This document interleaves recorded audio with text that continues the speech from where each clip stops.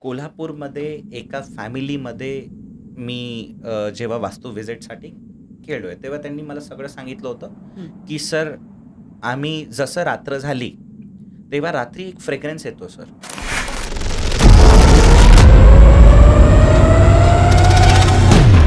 अच्छा. फ्रेग्रन्स हां, हां. आणि तो फ्रेग्रन्स मोगराचा फ्रेग्रन्स असतो. हं. आपल्याकडे येतोय, मोगरा तर आहे नाही. पण आजूबाजूने बाजू कुठूनही येऊ शकतं. येस. हां. पण आजूबाजूला येतोय तर बाकीच्या जागेवर पण आला पाहिजे. बाजूच्या घरी आला पाहिजे, त्यांच्या राइट साइडच्या घरी आला पाहिजे, त्यांच्या मागच्या घरी आला पाहिजे, पण तिथेही नाही येतो. हं. सो मी जेव्हा तिथे गेलो तेव्हा थोडंसं मला व्हायब्रेशन आलं because I am playing with energies. म्हणजे मला एनर्जीसोबत खेळायची सवय आहे. बरं. तर मला माहिती होतं ना, की एनर्जी जी आहे ती तिथे पॉझिटिव्ह आहे की की निगेटिव्ह आहे. निगेटिव्ह आहे. हां. तर त्या घरी एंटर झाल्यावर आय फील्ड व्हेरी निगेटिव्ह. त्यांच्या मुलाला वेगळं-वेगळं काहीतरी दिसायला लागलं. कोणीतरी बसून आहे.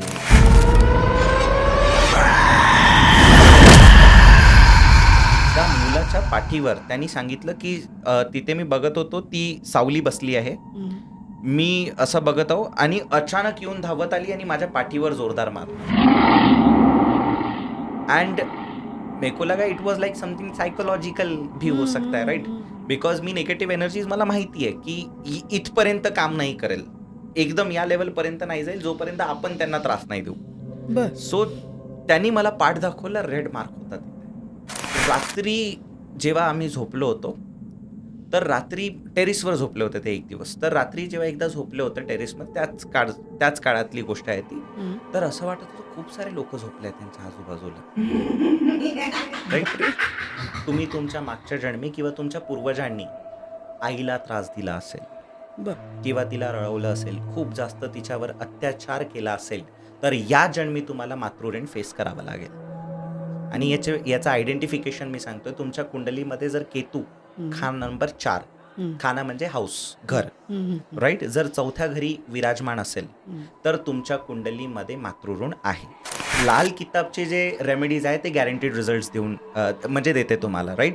So at the end of the day काय होतं ना, जेव्हा गॅरंटीड रिझल्ट्स आला तेव्हा टोटके आले. तर लोकांना असं वाटलं, की हे उपाय नाही आहे, टोटके आहे. बघा आता जे लाल किताबचं ॲक्चुअल ओरिजिन आहे, हं, हं. मी 101% स्ट्राँगली बिलीव्ह करतो रावणने लिहिली आहे लाल किताब. बरं, दॅट्स इट. आपल्या घरात निगेटिव्ह एनर्जी आहे हे कसं ओळखायचं एखाद्याने?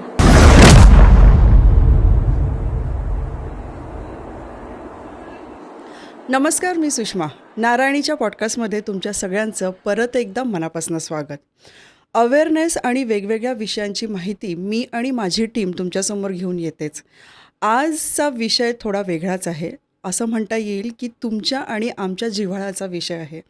कारण आयुष्य म्हटलं की जीवन आलं आणि जीवनात अनेक टेन्शन्स हे आपल्यासमोर असतात. कोणाला अभ्यासाचं टेन्शन, कोणाला परीक्षेचं टेन्शन, कोणाला लाईफ पार्टनर, कोणाचं घर, असे अनेक विषय आहेत. हे शास्त्र जाणून घेण्याचा आज आपण प्रयत्न करणार आहे. पण या शास्त्रात एक नाव अजून जुळतं, ते म्हणजे लाल किताब. आणि लाल किताब या विषयावर बोलायला आज आपल्यासोबत आहे ॲस्ट्रॉलॉजर महेश मानकर सर. त्यांचा 12 ते 15 वर्षाचा एक्सपिरियन्स आहे. ते आपल्याला ह्या गोष्टी, हे शास्त्र समजून तर सांगणार, पण त्यासोबत त्याच्या मागे सायंटिफिकही रिझन आहेत, हे ते आपल्याला समजावून सांगणार आहेत. पॉडकास्ट चांगला होणारच आहे, त्याच्यात वादच नाही. पॉडकास्ट शेवटपर्यंत नक्की बघा आणि आमच्यासोबत जुळून राहा. परत एक गोष्ट, की तुमचे जर काही प्रश्न असतील तर आम्हाला कमेंटच्या माध्यमातून नक्की कळवा. सर तुमच्या प्रश्नांचं उत्तर नक्की देतील. आणि जे पॉडकास्टला या चॅनलवरती नवीन आहेत त्यांनी सबस्क्राईब करायला विसरू नका. धन्यवाद.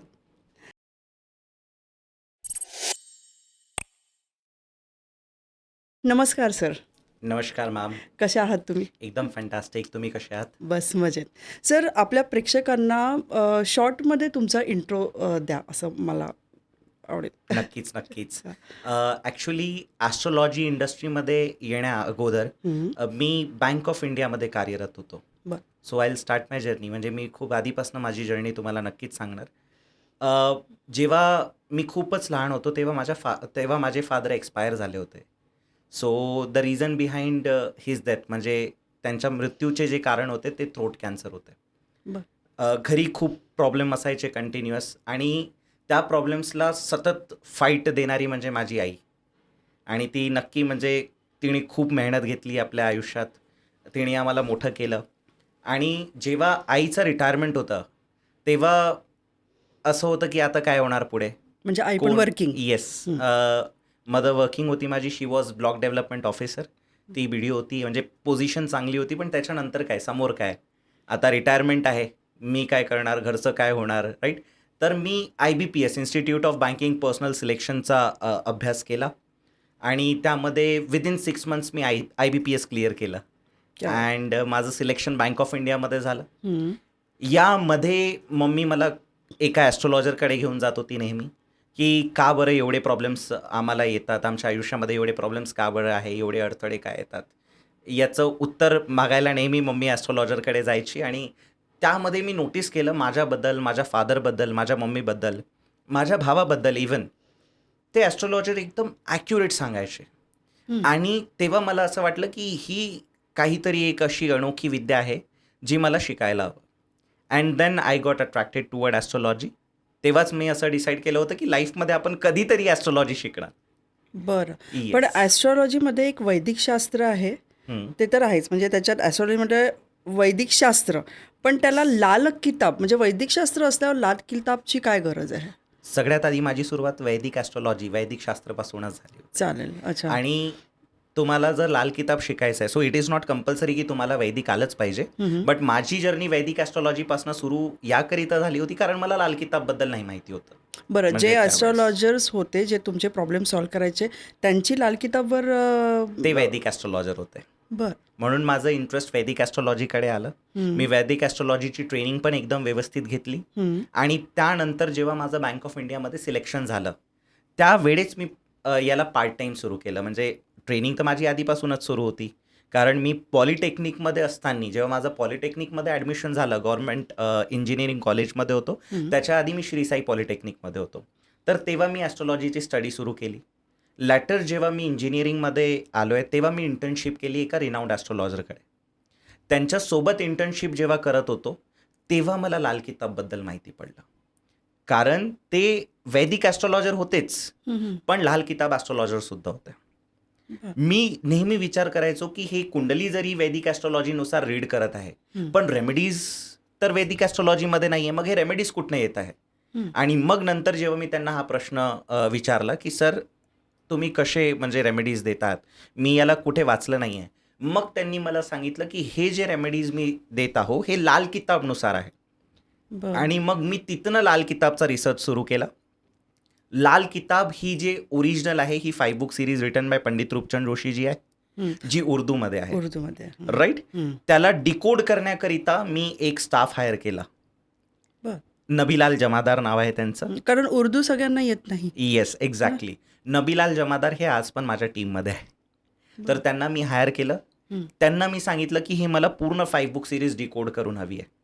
आणि ओरिजिनल 5 बुक सिरीज डिकोड करणारा फक्त मी एकटा ॲस्ट्रोलॉजर आहो, बिकॉज अदर ॲस्ट्रोलॉजर्स जे आहेत ते रेडीमेड डिकोडेड व्हर्जनवर काम करतोय, बिलकुल करत आहे, यामध्ये काही डाऊट नाही. आणि मी ओरिजिनल 5 बुक सिरीजवर काम करतोय. मग ती तुम्ही कुठल्या लँग्वेजमध्ये केली आहे? त्याला मी कन्वर्ट केलं हिंदीमध्ये, फॉर शुअर. हिंदीमध्ये? येस, हिंदीमध्ये मी डिकोड करून मागितलं त्यांना. त्यांनी डिकोड केलं आणि आज माझे कंटेंट रायटर पण तेच आहे. म्हणजे जेवढं नॉलेज मला लाल किताबचं आहे तेवढंच नॉलेज त्यांना सुद्धा आहे. बरं. हे लाल किताब जेव्हा आपण म्हणतो लाल किताब म्हणजे लाल रंग आला, तर त्याच्या मागे काही रहस्य आहे का?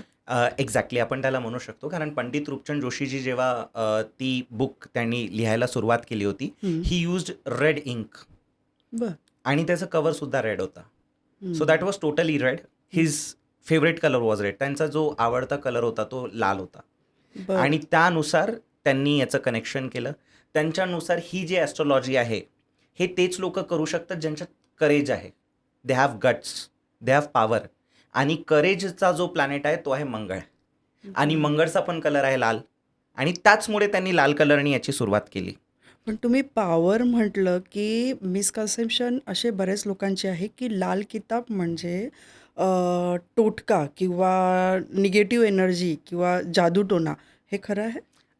बघा कसं झालं आहे, मी तुम्हाला सांगतोय. लाल किताब हे खूप जास्त ॲक्युरेट प्रेडिक्शन करतं आणि खूप जास्त गॅरंटीड रिझल्टसुद्धा देतं. आता गॅरंटीड रिझल्ट्स कोणाला मिळत आहे, कारण बाकी ॲस्ट्रॉलॉजी मॉडॅलिटीजमध्ये आपण गॅरंटीड रिझल्ट नाही म्हणू शकत. लाल किताबचे जे रेमेडीज आहे ते गॅरंटीड रिझल्ट्स देऊन म्हणजे देते तुम्हाला, right? So at the end of the day काय होतं ना, जेव्हा गॅरंटीड रिझल्ट्स आला तेव्हा टोटके आले, तर लोकांना असं वाटलं की हे उपाय नाही आहे, हे टोटके आहे. But it is not like that. हे प्रॉपर रेमेडीज आहे. इशू कुठे झाला? लाल किताबचे रेमेडीज बघून खूप साऱ्या ऑथरनी छोटी छोटी एक पुस्तक लिहिली, हं. ज्याचं नाव दिलं लाल किताब अँड टोटके और उसके टोटके. बरं. बरोबर? पण हे हं. टोटके नाही आहे, हे खरं उपाय आहे. आणि अच्छा. असे पण ॲक्च्युली म्हटलं जातो की लाल किताबचे जे उपाय आहे ते बॅकफायर करतात. बॅकफायर करतच नाही, कधीच बॅकफायर करत नाही. लाल किताबचे जे तुम्ही ओरिजिनल उपाय आहे, जे ओरिजिनल लाल किताबमध्ये दिले आहेत, ते जर तुम्ही व्यवस्थित केले, हं. तर मी गॅरंटीने सांगतोय तुमचा एकही उपाय बॅकफायर नाही करेल. पण जर बनावटी उपाय आपण केला, जसं फॉर एक्झाम्पल मी एक व्हिडिओ बघत होतो YouTubeवर, हं. तिथे त्यांनी सांगितलं होतं लाल किताबचा उपाय राहू व्यवस्थित करण्याकरिता काही नाही करायची. आपली कोको कोलाची बॉटल असतं. हं. कोको कोलाची बॉटल हे आपल्याला आपल्या लॅट्रिनमध्ये खाली करायची आहे, बरं. टॉयलेटमध्ये, हां. राईट? असं त्यांनी उपाय सांगितला. हा बनावटी उपाय आहे. याच्याने तुमचा राहू व्यवस्थित होईल याची गॅरंटी नाही आहे, पण तुमचं टॉयलेट मात्र व्यवस्थित होऊन जाईल, क्लीन होऊन जाईल, नीट अँड क्लीन, राईट? पण तिथे लाल किताबमध्ये ती रेमेडी लिहिलेलीच नाहीये. आहेच नाही. पंडित रूपचंद जोशीजींनी जेव्हा लाल किताब लिहायला सुरुवात केली होती तेव्हा कोको कोला कंपनीच नाही होती. बरं. ही करेक्ट? ही मला वाटते 1939 येस. 1939, 1940, 41 आणि 42 असे 4 व्हर्जन त्यांनी काढले. आणि मग नंतर 5th व्हर्जन जो आहे तो 52 मध्ये काढला. त्याच्या मागे खूप डीप रिसर्च होता. ओके. लाल किताब म्हटल्यावर पंडित रूपचंद्र जोशी हे माझ्या माहितीनुसार नेव्ही मध्ये होते, बरोबर? आर्मीमध्ये होते. एक्झॅक्टली. तर त्या ब्लडशी काही रिलेशन आणि लाल असं म्हणून मला म्हणजे माझा हा समज होता की म्हणून त्याला लाल किताब असं नाव दिलेलं आहे मी का? सांगितलं ना, करेज. करेज. त्यांचं ओके. म्हणणं असं आहे की ही विद्या तेच लोक घेऊ शकते हं. ज्यांच्यामध्ये करेज आहे. बरं. And Mars is the planet of courage. हं. पंडित रूपचंद जोशीजींचा मार्स पण छान होता. आणि तुम्हाला आर्मीमध्ये जायचं असेल, नेव्हीमध्ये जायचं असेल, so you should have proper Mars first. तुमच्या कुंडलीमधलं जे मंगळदेव आहे ते पहिले व्यवस्थित. बरं, मग करेजमध्ये आता हे आर्मीचं तर झालंच, कारण ते करेज पाहिजे. पण जर रेमेडीज तुम्ही जर कोणाला देता, तुमच्याजवळ जर कोणी आलं, तर त्यांची अपोजिट रिॲक्शन वगैरे असं काही होतं म्हणून करेज Yes. पाहिजे असं काही आहे? नाही. हां. आपल्याला व्यवस्थित रिझल्ट द्यायचे असेल, पॉईंट बरं. नंबर 1, हं, हं. तर आपल्याला सगळ्यात आधी स्वतः करेजस व्हावं लागेल, बरं. राईट? हं. बॅकफायर म्हणजे हे तर आहेच की तुम्ही ॲस्ट्रोलॉजर आहे, तुम्ही त्यांना उपाय देताय, तर त्याचा इफेक्ट तुम्हाला होईलच. पण त्याचं तुम्हाला कटिंग करावं लागेल. ते आणि कसं? आपण कॉर्ड कटिंग तुम्ही एक विधी ऐकली असेल. ते नाही, असं नाही. नाही ऐकली. बरं, कॉर्ड कटिंगबद्दल मी तुम्हाला थोडं सांगतोय. कॉर्ड कटिंग काय होतोय? आता फॉर एक्झाम्पल मी तुम्हाला कोणती सर्व्हिस दिली, हं. Right? Whether it is of astrology, numerology, Vastushastra. पण त्याचं तुम्ही मला काही दिलं नाही रिटर्न, बरोबर? हं. म्हणजे तुम्ही मला माझी दक्षिणा नाही दिली, दक्षिणा. एक्झॅक्टली. राईट? हां. तर याचा निगेटिव्ह इफेक्ट कोणाला होतो? मला पण होतो आणि तुम्हाला पण होतो. ओके. म्हणजे Correct? युजुअली आपण म्हणतो जर आपण कोणाकडनं काही विद्या शिकायची असेल, तर त्याची गुरु दक्षिणा दिली पाहिजे, तरच एक्झॅक्टली. ते लाभकारी असेल. राईट. हं? आणि पण ती जर तुम्ही नाही दिली तर आता आपलं रिलेशन आताही मेंटेन आहे आणि हं. आपल्यावर निगेटिव्ह इफेक्ट होईलच. तर त्याला कट करण्यासाठी जी विधी येतो त्याला कॉर्ड कटिंग म्हणतोय. म्हणजे तुमचे जे पास्ट काही मिस्टेक्स असेल हं. किंवा पास्ट काही पेंडन्सी असेल, हं. त्याला कट करण्याकरिता कॉर्ड कटिंग असतो, राईट? बरं. सो हे एक सगळ्यात महत्त्वाची आहे. तर त्याला काय होतं, तो थोडंसं बॅकफायर तर 101% करेनच, यामध्ये काही डाऊट नाही आहे, राईट? हं. तर त्याला फेस करण्याकरिता सुद्धा करेजच हवं आहे. So at the end of the day त्यांना असं वाटायचं की लाल किताब विद्या ही व्यक्ती 101% शिकायची ज्यांचं कुंडलीमध्ये मंगळ चांगलं आहे किंवा मंगळ नेक आहे. मग त्यांनीच, ज्यांचं मंगळ ठीक आहे त्यांनीच लाल किताब शिकावी? नाही. हां. आता असं झालेलं आहे की आपण मंगळ व्यवस्थित करू शकतो, आपल्याला माहिती आहे. बरं. सो काय बरं आपण त्याचा फायदा नाही घ्यायचा, काय बरं आपण त्याचा बेनिफिट्स नाही घ्यायचा. सो 101% असं काहीच नाही, कारण आताही भरपूर ॲस्ट्रोलॉजर्स लाल किताबचे म्हणतात की ज्यांचा मंगल बद आहे त्यांनी लाल किताब ॲस्ट्रोलॉजी नाही करायचं. काही ॲस्ट्रोलॉजर उलटे सुद्धा म्हणतात, ज्यांचा मंगल बद आहे त्यांनीच ॲस्ट्रोलॉजी करायला हवी. असं काहीच नाही आहे. आजच्या डेटमध्ये एव्हरीथिंग वी कॅन चेंज. म्हणजे आपण काही उपाय करून, लाल किताबचेच मंगळचे उपाय करून आपण लाल किताबमध्ये पण ग्रो करू शकतो. पण हे शास्त्र जे आहे, वैदिक शास्त्र असल्यावर लाल किताब का शिकावं किंवा का, हे थोडं समजून सांगा. चलो, खूप छान. वैदिक ॲस्ट्रोलॉजी आहे ना, खूप मोठा समुद्र आहे. बरं. म्हणजे यामध्ये असं म्हणू शकतो की आता माझं जे मेन नॉलेज होतं, मी तुम्हाला स्टार्टिंगमध्ये सांगितलं की वैदिक ॲस्ट्रॉलॉजीमध्ये माझा हो. रिसर्च पण आहे, हं. राईट? सो आताही मी असं म्हणतोय माझ्या सगळ्या क्लायंट्सला की वैदिक is a never ending process. आज मला काहीतरी वेगळं माहीत पडेल वैदिक ॲस्ट्रॉलॉजीचं, उद्या मला काहीतरी वेगळं माहीत पडेल वैदिक ॲस्ट्रॉलॉजीचं. म्हणजे वेगवेगळ्या उपाय. एक्झॅक्टली. बरं. उपाय नाही हां. म्हणजे प्रेडिक्शन्स, ओके. प्लॅनेटरी हं. कॉम्बिनेशन्सबद्दल काही नवीन गोष्टी. हं. पण लाल किताबमध्ये असं नाही आहे. लाल किताब म्हणजे एक 5 बुक सीरीज आहे. त्याच्यामध्ये सगळं दिलेलं आहे. बरं.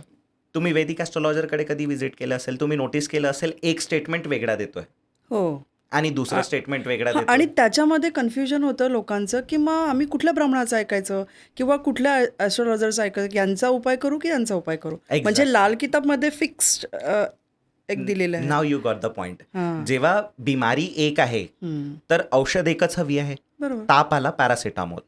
दुसरा डॉक्टर रेकमेंड करेल पॅरासिटामॉल, तिसरा डॉक्टर रेकमेंड करेल पॅरासिटामॉल.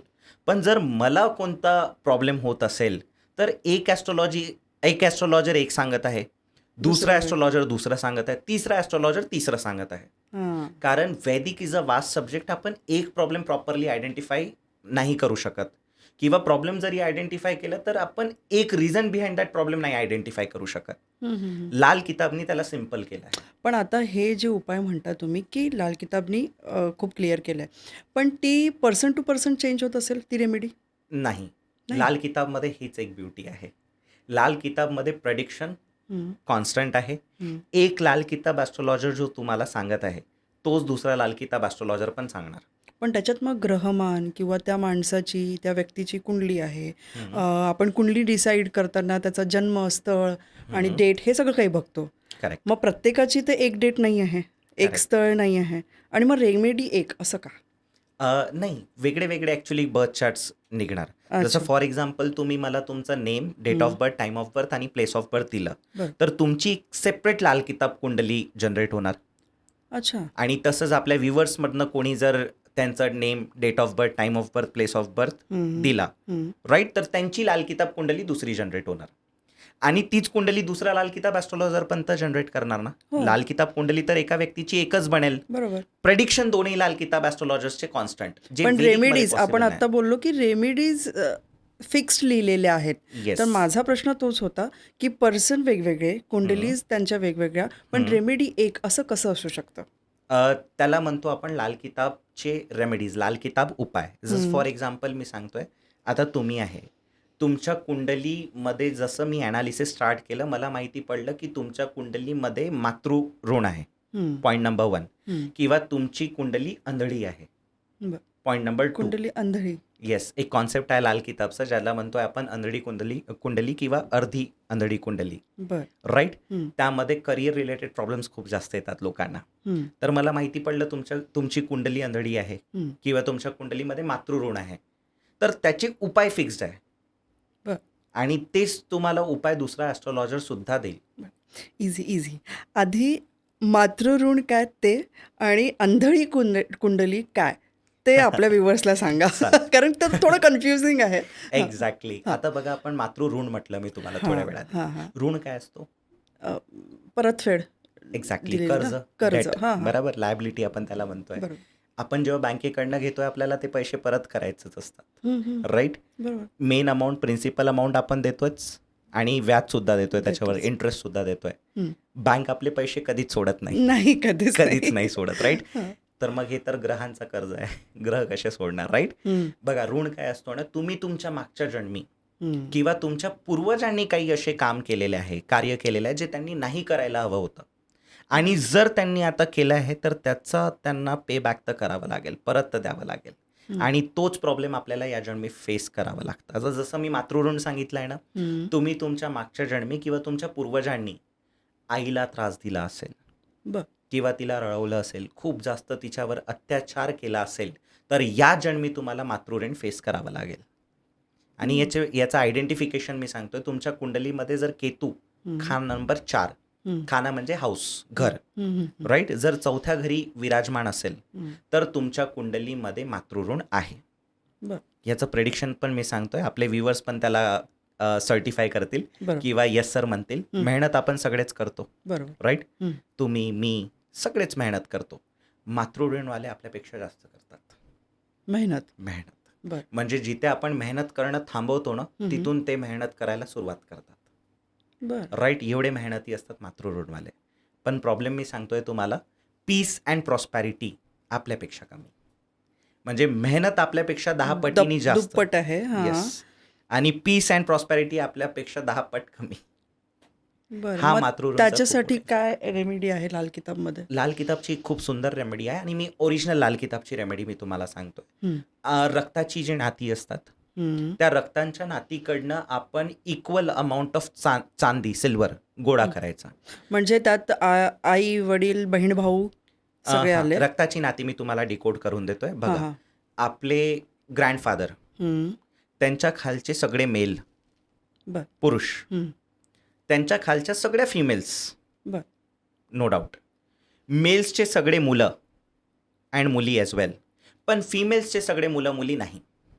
हे कसं असू शकतं? कारण ते त्यांच्या मिस्टरच्या रक्तांच्या नातीमध्ये चालले जाईल. पण जेव्हा लग्न झालं तर ते तर जोडपं झालं आणि मेलचे मुलं म्हटलं की फिमेलची मुलं चालेच ना. फादर्स ब्लड लाईन काउंट होतो याच्यामध्ये नेहमी. बरं. येस, हम्म. कळलं. तसंच बाहेरून आलेल्या स्त्रिया नाही, कारण ते त्यांच्या फादर्सच्या ब्लड लाईन मधून आपल्याकडे आले. बर. करेक्ट. हम्म. तर हे आणि बाहेरून आलेले जसं फिमेल्स नाही तसं मेल्स पण नाही, हम्म. कारण ते तिकडे त्यांच्या फादर्सच्या ब्लड लाईनमध्ये आहे. तर याला म्हणतो आपण रक्ताची नाती लाल किताबनुसार. हम्म. तुमच्या ग्रँडफादरचं रक्त कुठे कुठे चाललं, you have to trace it. Okay, पूर्वज. पूर्वज, करेक्ट. हम्म. त्यांच्याकडून इक्वल अमाऊंट ऑफ चांदी आपल्याला कलेक्ट करायची. आता इक्वल अमाऊंट ऑफ चांदी म्हणजे कंपल्सरी नाही की एकच ग्राम घ्यायची आहे, हम्म. राईट. हम्म. आपण मिलीग्राम पण घेऊ शकतो, छोट्या प्रमाणात म्हणजे छोट्या प्रमाणात, पण quantity should be equal. Equal. Okay. म्हणजे एकाने डिसाईड केलं की मी 5 मिली चांदी देणार, देणार. तर सगळे 5 मिली चांदीच करणार. बरं. तर सगळ्याकडनं इक्वल अमाऊंट ऑफ चांदी आपण कलेक्ट करणार आणि सोमवारी वाहत्या पाण्यामध्ये जलप्रवाह करून टाकणार. बर. आणि हे लाल ती किताबची सोडून द्यायची fix- म्हणजे? सोडून द्यायची, जलप्रवाह करून टाकायची. आणि ही फिक्स्ड रेमेडी आहे. मी माझ्या एका क्लायंटचंच उदाहरण देतोय मी तुम्हाला. ते माझ्याकडे आले होते, त्यांचा बिझनेसमध्ये खूप जास्त प्रॉब्लेम होत होता. पण फ्रँकली सांगतोय, त्यांच्या बिझनेस हाऊस इज गुड. म्हणजे खाना नंबर 10 जो वर्क अँड म्हणजे प्रोफेशन स्थान आपण वैदिक मध्ये म्हणतो. खाना म्हणजे स्थान ना? बरं. राईट. खाना नंबर 10 खूप छान होता त्यांचा. खाना नंबर 11 पण व्यवस्थित होता. खाना नंबर 1 पण व्यवस्थित होता. That defines success. 11 defines income. खाना नंबर 11 म्हणजे तुमचे बेनिफिट्स, तुमचं इन्कम, हे आपण 11नी बघतोय. आणि तुम्ही यशस्वी होणार की नाही होणार हे आपण खाना नंबर 1नी बघतोय. ते पण सगळं व्यवस्थित होतं. बरं. पण तरी त्यांना बिझनेसमध्ये खूप जास्त प्रॉब्लेम येत होते. कारण मातृऋण होतं. बर. प्रत्येक वैदिक ॲस्ट्रोलॉजर्स वेगळे वेगळे रिझन्स देत होते की हे झालंय, असं झालंय, असं करायचं आहे. कमीत कमी ते 6 वर्ष ॲस्ट्रोलॉजर्सकडे एकामागे एक व्हिजिट करत होते. जेव्हा माझ्याकडे आलं, मी पहिले, माझं एक स्ट्रॅटेजी असते, मी पहिले ऋणवरच काम करतोय. मी बघितलं त्यांच्या कुंडलीमध्ये मातृऋण आहे. मी त्यांना सगळ्यात आधी मातृऋणची रेमेडी करायला लावली. And you won't even imagine, 6 महिन्याच्या अंदरमध्ये त्यांचं जे कन्साइनमेंट थांबलं होतं ते रिलीज झालं. आणि त्यांचे जे बाकीचे वर्क्स आहेत ते सुद्धा एका प्रॉपर फ्लोमध्ये यायला लागले. Just because of one single remedy of मातृऋणच्या एका सिंगल रेमेडीने काम केलं. मग हे जे ब्लड रिलेशन म्हणतात त्याच्यामध्ये आजोबा, वडील, भाऊ, काका, ही म्हणजे सिरीज आली असं आत्या झालं पण ना? आली ना आपली. अच्छा, आत्या पण. ओके. येस, हा. कारण मी सांगितलं ना, हो, हो. ग्रँडफादरचे grandfather. सगळे फिमेल्स पण येईल, हम्म. राईट. पण आत्याची मुलं नाही आले, बरं. कारण आत्याची मुलं त्यांच्या फादरच्या म्हणजे कुळ ज्याला म्हणतो आपण. एक्झॅक्टली, कुळ कुळ म्हणू शकतो आपण. Very good. कुळाचे ना. येस, बरोबर. मग त्यांना फायदा झाला त्याचा. त्यांना फायदा झाला, खूप छान फायदा झाला. आणि इवन ही इज ना very good client of mine. Okay. त्यांची पूर्ण फॅमिली आता बिलकुल मलाच कन्सल्ट करते. हीच मी सांगितलं ना, ही लाल किताबची ब्युटी आहे. तुम्ही जसं सांगितलं ना, वैदिक ॲस्ट्रोलॉजी असताना लाल किताब का बरं? कारण प्रत्येकाचं आउटपुट डिफाईंड आहे, प्रत्येकाची रेमेडीज डिफाईंड आहे, बरोबर. आणि प्रत्येकाची प्रोसिजर डिफाईंड आहे. बरं, आपण मातृऋण झालं, त्याच्यासोबत तुम्ही एक म्हटलं होतं आंधळी कुंडली. सॉरी. येस. तर ती काय आहे? हे खूपच डिफिकल्ट असतो ॲक्च्युली, खरं आहे. आता आंधळी कुंडली जी आहे ती काय बरं डिफाईन करतोय बघा. ह्याच्यामध्ये अंधळं म्हणजे बाय आईज नाही, राईट. आपल्याला आंधळं म्हटलं तर असं वाटते की मी I am talking about eyes. यामध्ये I am talking about vision. Vision. Okay. Right. Vision प्लॅनेट्सचे गडबड होतात तेव्हाच आपण त्याला अंधी कुंडली असं म्हणतो. राईट. हां. तर काय बरं होतं हे मी तुम्हाला सांगतोय. खाना नंबर 10 मध्ये कोणताही एक प्लॅनेट आपल्या शत्रूसोबत बसलेला असेल. प्लॅनेट्स आहे, प्लॅनेटचे मित्र आणि शत्रू पण असतात. बरं. कोणताही ग्रह जर आपल्या कोणत्याही शत्रूसोबत बसलेला असेल तर त्याची कुंडली जी आहे ती अंधी आहे. अंधी, आंधळी. राईट. तर यामध्ये काय होतं मी तुम्हाला सांगतोय. खाना नंबर 10 मध्ये कारक जो ग्रह असतो तो शनी आहे. आणि जड म्हणजे लॉर्ड, स्वामी, राशी स्वामी पण म्हणतो ना, ते सुद्धा शनी आहे. म्हणजे खाना नंबर 10 मध्ये शनीला खूपच जास्त महत्व दिलेलं आहे. बरं. आणि शनी हा वीक प्लॅनेट नाही आहे. शनीला घाबरतात लोक. मी आता तुम्ही शनी म्हटलं तर विचारणारच होते की शनीला लोक घाबरतात. येस. तर शनी हे स्ट्रॉंग प्लॅनेट आहे. शनीच्या घरी जर कोणाला बसायचं असेल ना, प्लॅनेटला, कोणत्या प्लॅनेटला शनीच्या घरी येऊन बसायचं असेल, so that planet should be strong. ही नाही म्हणू शकत कारण काही प्लॅनेट्सचे लिंक्स पण असतात. So we can call them males and female as well. So yes, कोणताही प्लॅनेट जरी येऊन खाना नंबर 10 मध्ये बसला पण आपल्या शत्रूसोबत बसला तर त्या दोघांचा झगडा होतो. राईट. डिबेट होतो. त्यामध्ये त्या दोघांची एनर्जीज डाऊन होते आणि त्यांच्यावर हावी कोण होतो? शनी. आणि शनीचा संबंध आपल्या डोळ्यासोबत नाही आहे, कधीच नसणार फ्युचरमध्ये सुद्धा. राईट. डिफाईन्ड ॲस्ट्रॉलॉजीमध्ये शनीचं जो कनेक्शन आहे ते आपल्या विजन सोबत आहे. तर शनी त्यांच्या डोळ्यावर अटॅक नाही करेल, त्या प्लॅनेटच्या विजनवर अटॅक करेल. ते थोडं अजून क्लिअर करून सांगा कसं. येस. आता फॉर एक्झाम्पल खाना नंबर 10 म्हणजे 10th हाऊस हा आपला कर्मस्थान आहे. आणि कर्मस्थानाचा कारक आणि जड लॉर्ड शनी आहे. तिथे जर 2 प्लॅनेट्स येऊन झगडा करत असेल तर ते कमजोर होईल आणि शनी त्यांच्यावर हावी होईल. आणि शनी कशावर हावी होईल? त्यांच्या विजन्सवर हावी होईल.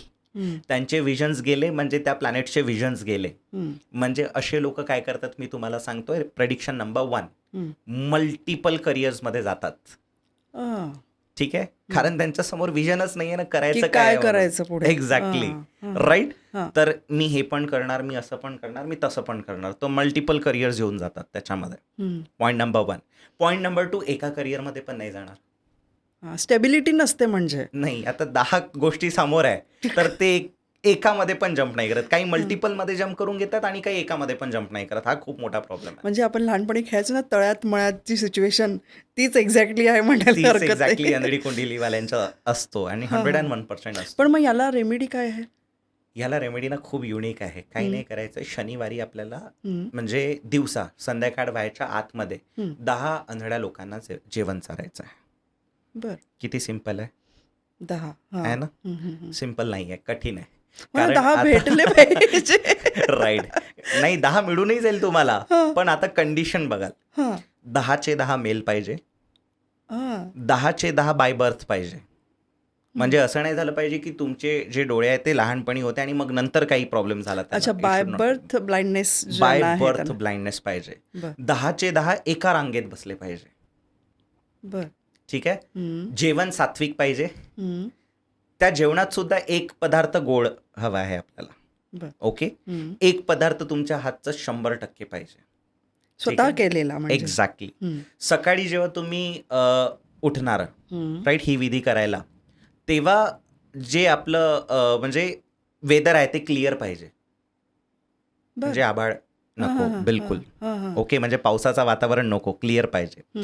त्या दिवशी चतुर्थी, नवमी आणि चतुर्दशी नाही पाहिजे. बापरे. ही सुद्धा कंडिशन आहे. राईट. तर या कंडिशनला जेव्हा आपण फुलफिल करू ना, 100% तुमचं जे आंधळी कुंडलीचा निगेटिव्ह इफेक्ट आहे ना ते सॉर्ट आउट होऊन जातो. आपल्या नागपूरचेच एक खूप चांगले क्लायंट आहे, रिनाऊंड क्लायंट आहे. I cannot disclose his name, but त्यांची कुंडली आंधळी आहे आणि त्यांना खूप जास्त प्रॉब्लेम गेला होता. ही सॉफ्टवेअर कंपनी. खूप म्हणजे सॉफ्टवेअर कंपनीचे ओनर आहे, फॉरेनचे प्रोजेक्ट्स घेतात. राईट. पण at the end of the day काय झालं मी तुम्हाला सांगतोय. त्यांचा जो पार्टनर होता, बिझनेस पार्टनर, जो फॉरेनचे प्रोजेक्ट्स आणून देत होता, त्यांनीच डिसाईड केलं की मी आता यांना प्रोजेक्ट नाही देणार, मी स्वतःच कंपनी सुरू करणार आणि I will do it by my on. कुंडली जेव्हा अंधळी किंवा म्हणजे अर्धी अंधळी पण एक कॉन्सेप्ट आहे, that is also a different concept असणार ना, 100% तुम्हाला करिअरमध्ये कुठेतरी प्रॉब्लेम येईलच येईल. It is written in the लाल किताब.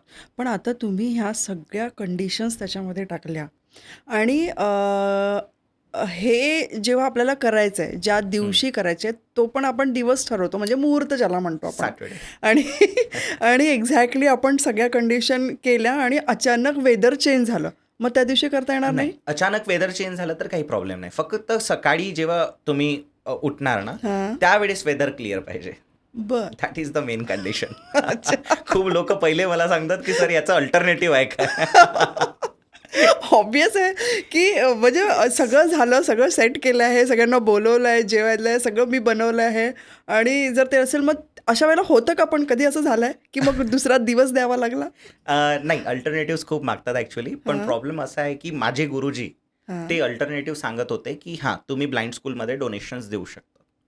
बर. पण माझे गुरुजीचे जे गुरुजी आहे हां. ते कोण आहे माहिती आहे? नाही. पंडित रूपचंद जोशी, क्या बात आहे. आणि येस, तुमचे गुरुजी सांगू शकाल? श्रीमाळीजी. शेमाजी. येस. हं. तर माझे गुरुजीचे गुरुजी जे आहे हं. म्हणजे Pandit Pandit Roopchand Roopchandra Joshi, he Joshi. Is very serious about this. ते येस. अल्टरनेटिव्ह नाही आहे म्हणून सांगत होते डायरेक्ट. हां, कारण आपण कुठलेही विधी म्हटलं की नाही करू शकत ना, ठीक आहे अशा पद्धतीने करा. असे एक्झॅक्टली. अल्टरनेटिव्ह देणारे बरेच लोक आहेत. एक्झॅक्टली. तर अल्टरनेटिव्ह नाहीच आहे. खूप भरपूर ॲस्ट्रोलॉजर्स देतात सुद्धा अल्टरनेटिव्ह हो हो. की असं करून घ्या होऊन जाईल, तसं करून घ्या होऊन जाईल. ब्लाइंड स्कूलमध्ये डोनेशन देऊन द्या. माझे गुरुजी म्हणत होते, मी फ्रँकली सांगतोय, ब्लाइंड हं. स्कूलमध्ये डोनेशन देऊन द्या. हं. पण त्याच्याने खरं सांगतोय मॅम, एवढ्या वर्षाच्या एक्सपिरियन्समध्ये मी स्टार्टिंगमध्ये देत होतो अल्टरनेटिव्ह. हं. People don't get the result. नाही हां, मिळत इफेक्ट इफेक्ट नाही पडत. नाही पडत. आणि जेव्हा मी त्यांना हे रेमेडी करायला लावतो जे ओरिजिनल लाल किताबमध्ये रिटर्न आहे, पंडित रूपचंद जोशी जी सिरियस होते, अल्टरनेटिव्ह नाही देत होते, म्हणजे काहीतरी असेलच ना. रिझन असेल. जर अल्टरनेटिव्ह असतं तर मग त्यांनी लाल किताबमध्ये लिहिलं असतं ना, हां. असं नाही करू शकत असेल तर असं करा. But it is not written. हां. मग जेव्हापासून मी अल्टरनेटिव्ह देणं बंद केलं ना, हां. तेव्हापासून लोकांना खूप छान रिझल्ट्स मिळाले. ओके. मग हे अल्टरनेटिव्ह जे देतात ते त्या स्वतःच्या मनाने स्वतःच्या देतात, मनाने देतात मग ते तर इफेक्टिव्ह नसणारच. नॉट ॲट ऑल बरोबर आहे. इफेक्टिव्ह. हं. मी म्हटलं ना, लाल किताबमध्ये ज्या असली ओरिजिनल गोष्टी दिल्या आहे ना, त्याच हं. गोष्टींना फॉलो करायचं. मग ती ओळखायची कशी की हीच ओरिजिनल लाल किताब? Original Lal Kitab is the only 5 book series written by Pandit Roopchand Joshiji. आणि ते 5ही बुक हं. ऑनलाईन कुठेच अवेलेबल नाही आहे. बर बुक स्टोअरमध्ये कुठेच अवेलेबल नाही आहे. माझ्याकडे आहे, पण झेरॉक्स कॉपीज आहे. बर. राईट. हां. ओरिजिनल 5 बुक सिरीज आता असं म्हटलं जातो की लाहोरमध्ये एका म्युझियममध्ये प्रिझर्व्ड आहे. अच्छा. बट त्याच्यावरती कधी मी पाकिस्तानमध्ये म्हणजे अशी जायची पण इच्छा नाही झाली मला स्पेशली मी सांगतोय.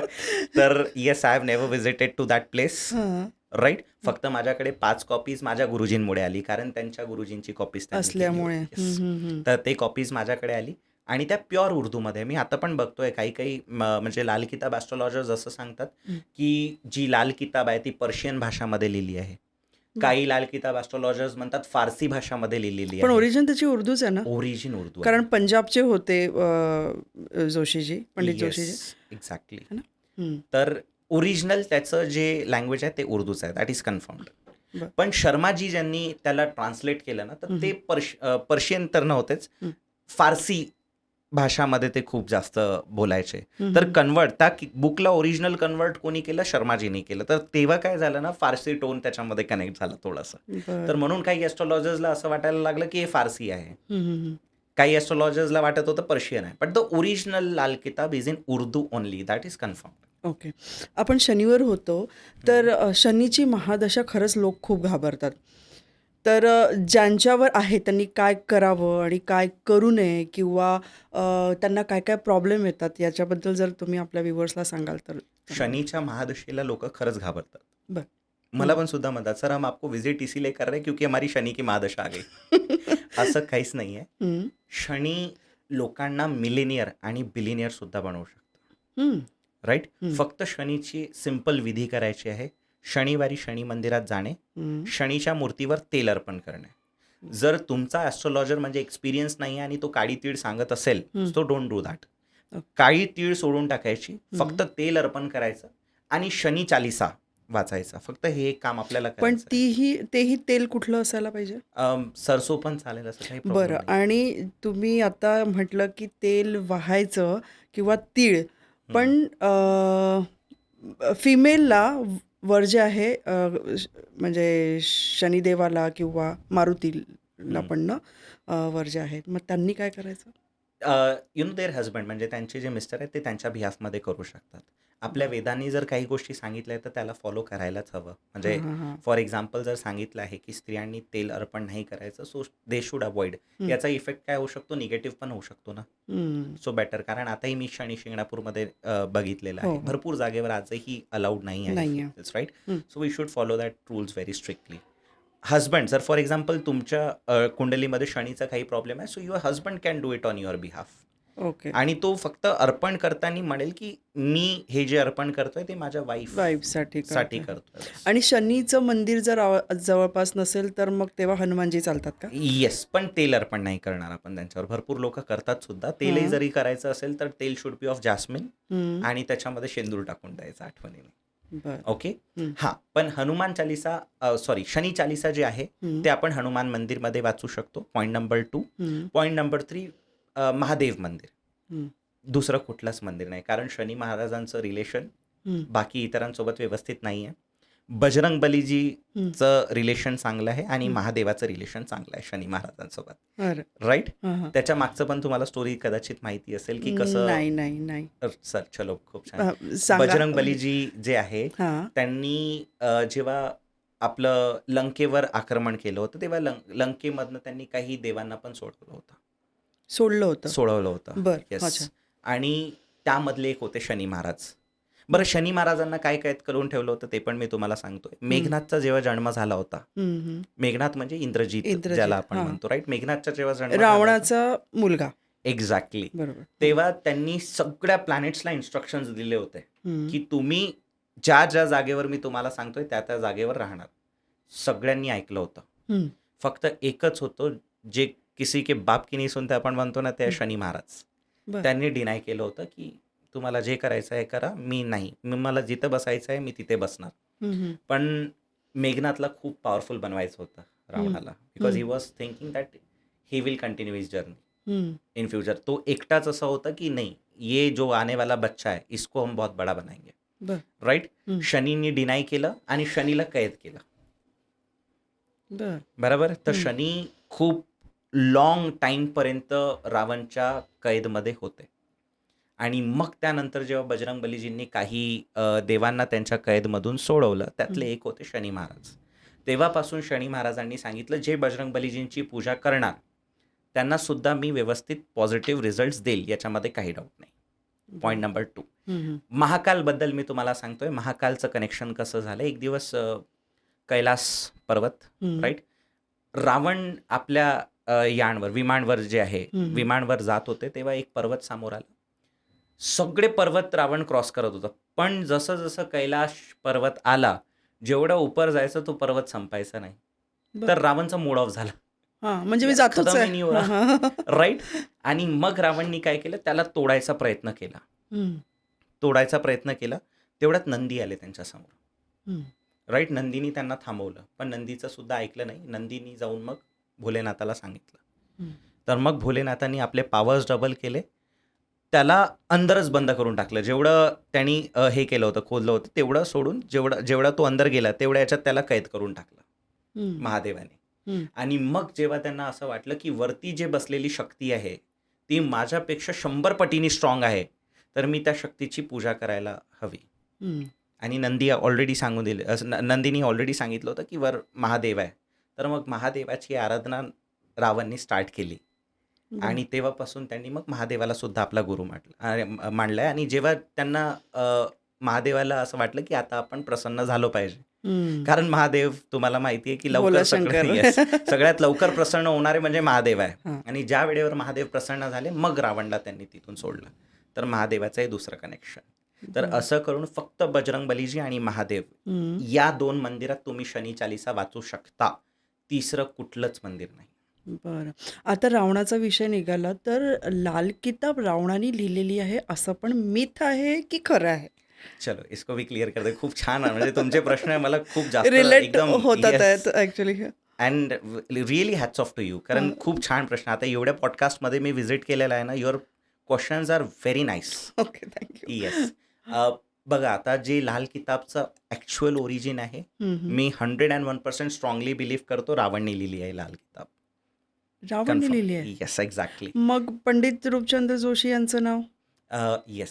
बघा, आपण 7,000 वर्ष जुनी गोष्ट करतोय.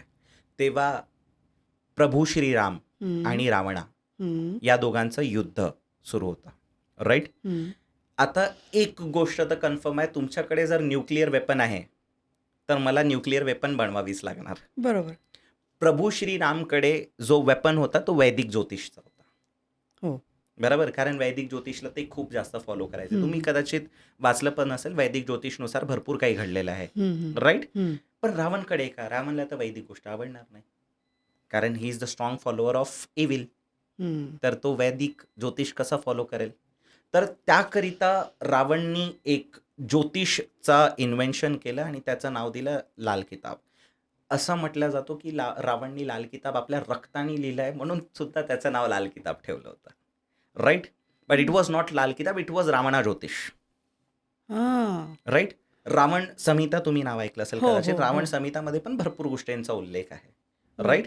तर ती जेव्हा लंका डिस्ट्रॉय झाली हम्म. तेव्हा रावणचा एक मुलगा खूप जास्त जिनियस, खूप जास्त स्ट्रॉंगली जिनियस, अक्षय. अच्छा, अक्षय. अक्षय नाव होतं त्यांच्या एका मुलाचं. हम्म. अक्षयला वाचायचा खूप जास्त छंद होता. बर. आपल्या वडिलांचे रिसर्च, तो स्वतः भरपूर काही रिसर्च करायचा. तर त्यांनी जे त्यांच्या फादरनी लिहिलं त्याला तो स्टोअर करून ठेवायचा की हा मला वाचायचं आहे म्हणून. तर असं म्हटलं जातो की जेव्हा युद्ध झालं, सगळ्या ज्या जागा होत्या लंकामधल्या त्या सगळ्या डिस्ट्रॉय झाल्या, हम्म. पण एक जागा आताही सेफ होती जिथे अक्षय राहत होता. अक्षय आणि अक्षयची विद्या, बर. नाही तर शिव तांडव स्तोत्रम कुठून आलं असतं? Point number 1. हम्म. शिव तांडव स्तोत्रम, रावण संहिता, रावण रिलेटेड जेवढ्या विद्या आहे ह्या समोर कुठून आल्या? तिथून आल्या. अक्षयनी स्टोअर करून ठेवलं होतं. पण ते झालं, जसं जसं वेळ झाला काही काही लोकांना विद्या भेटली. तुम्हाला माहिती असेल अरब थ्रू कनेक्टेड आहे, श्रीलंका आणि पर्शिया कनेक्टेड आहे. हम्म, हम्म. तर असं म्हटलं जातो अरब थ्रू सी रूट, अरब साईड म्हणजे पर्शिया साईड ही विद्या गेली रावणची. तिथे त्याच्यावर काही एक्सपेरिमेंट केलं, ते एक्सपेरिमेंट खूप जास्त पास आले, हम्म. म्हणजे लोकांना त्याचे रिझल्ट खूप पास झाले, म्हणजे Benefit खूप देऊ जास्त लागले. हा. बेनिफिट्स मिळाले. हम्म. मग त्याच्यावरती जेव्हा लोकांनी काम केलं तर तिथून पंडित रूपचंद जोशीजींना पण माहिती झालं की याच्यावर आपण पण एक्सपेरिमेंट करू शकतो. तर पंडित रूपचंद जोशीजींनी पण त्याच्यावर एक्सपेरिमेंट केलं आणि मग त्याला लाल किताबच्या फॉर्मॅटमध्ये आपल्याकडे आणला. So it is that connection, okay. Right? नाहीतर आज जर अक्षय नसता हम्म. तर आपल्याकडे शिव तांडव स्तोत्रम पण नसतं, हम्म. रावण संहिता पण नसती आणि लाल किताब पण नसतं. बरं. Yes. म्हणजे स्टेप बाय स्टेप सगळे फॉलो करत करत ते आले. पण आता ओरिजिन रूपचंद जोशी यांनाच व्हॉट दिला जातो. Scientific proof we have? आपल्याकडे प्रूफ तर पाहिजे ना, हो. राईट? हो. आणि आता सध्या पूर्ण जगाकडे एकच प्रूफ आहे, ते आहे पंडित रूपचंद जोशीजीची 5 बुक सिरीज.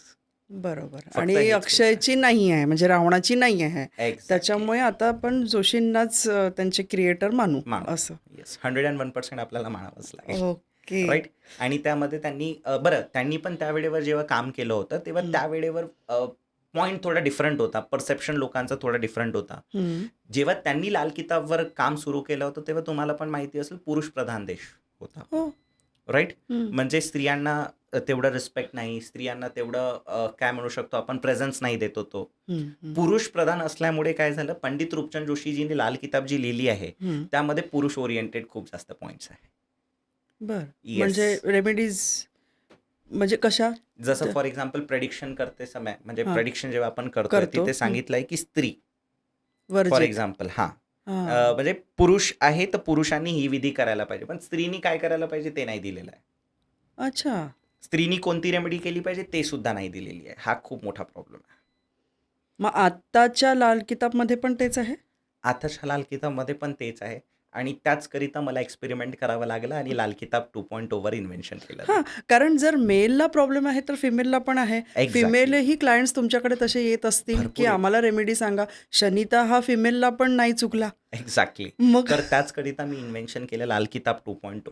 हां. आणि आताचे जे मी रेमेडीज देतोय हम्म. ते ओरिजिनल रेमेडीजला बेसमध्ये ठेवूनच मी सगळे रेमेडीज डिझाईन करतोय आणि माझ्या फिमेल क्लायंट्सला देतोय आणि त्याचे रिझल्ट्स पण भेटत आहे.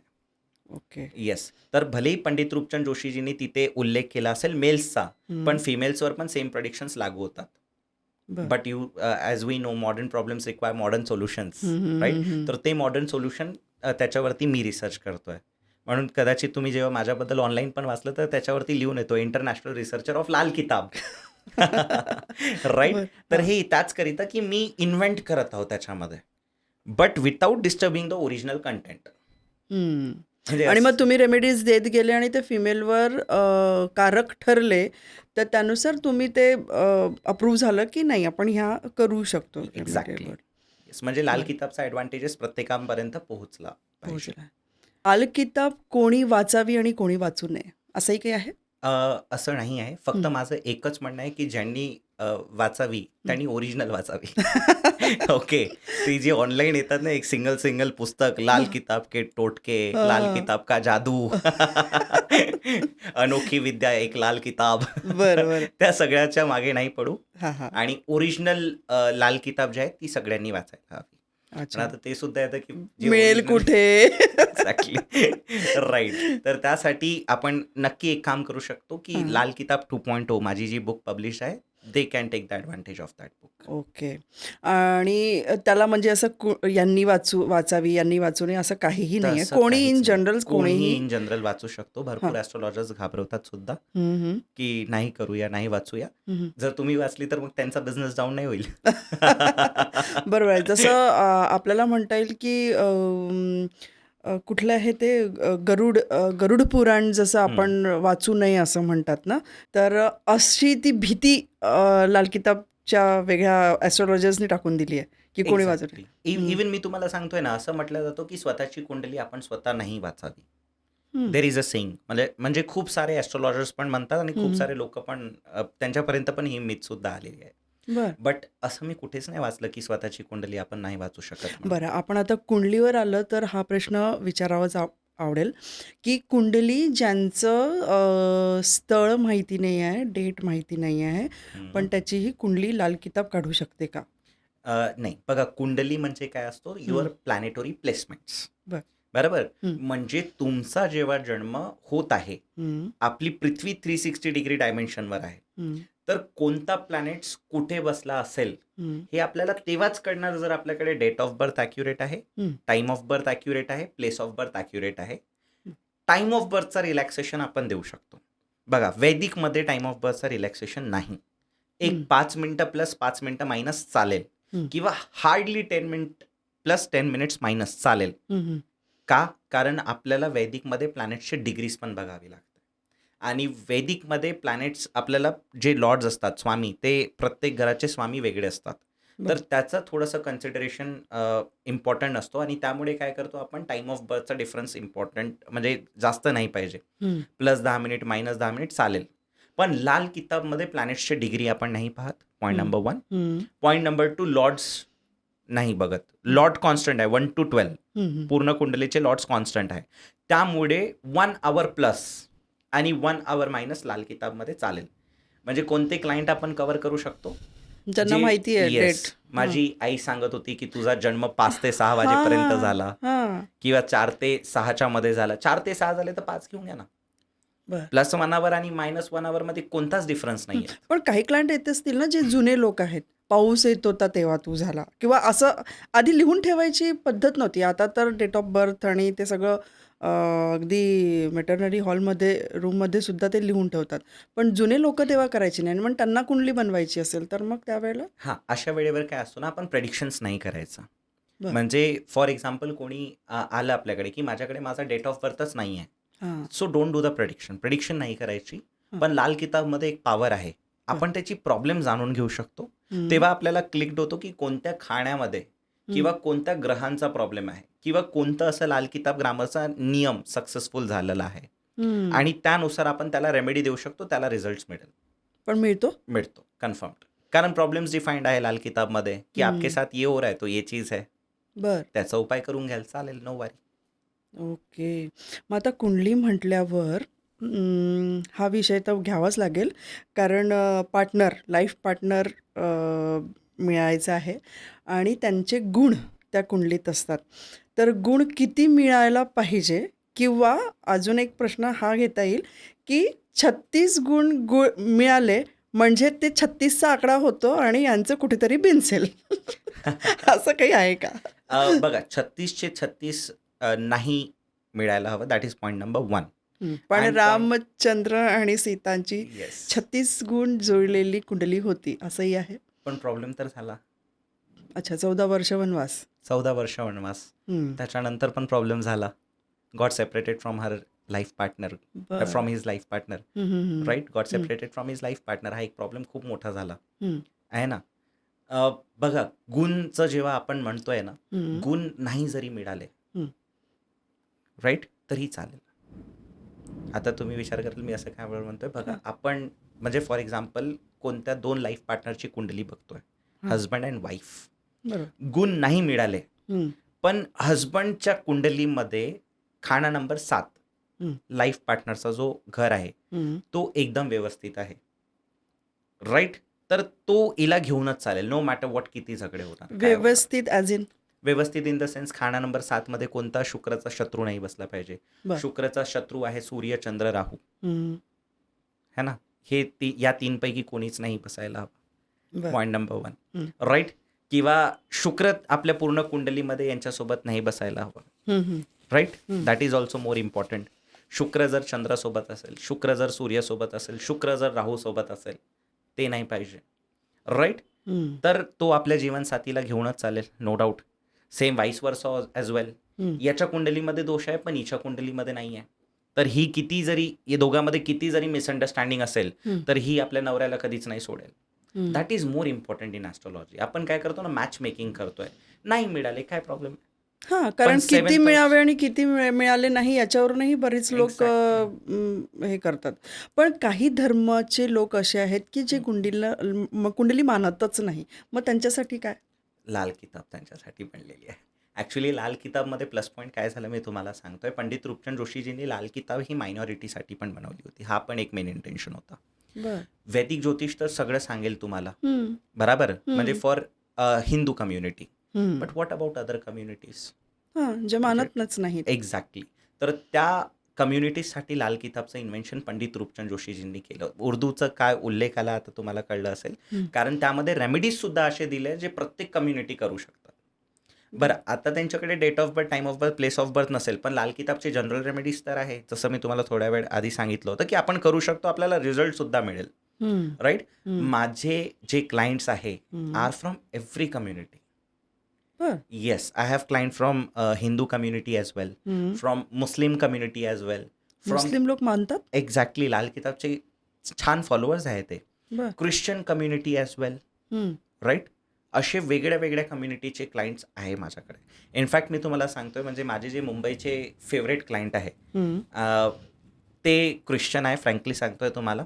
आणि त्यांचा मुलगा मला खूप जास्त आवडतो. त्याचा जो ॲटिट्यूड वगैरे आहे, म्हणजे पहिले जो तो होता माझ्याकडे येण्याआधी हम्म. त्यांच्या पॅरेंट्सला असं वाटत होतं की हा मुलगा आता 12th एक्झाम काढणार तरी काय. I am talking about recent one.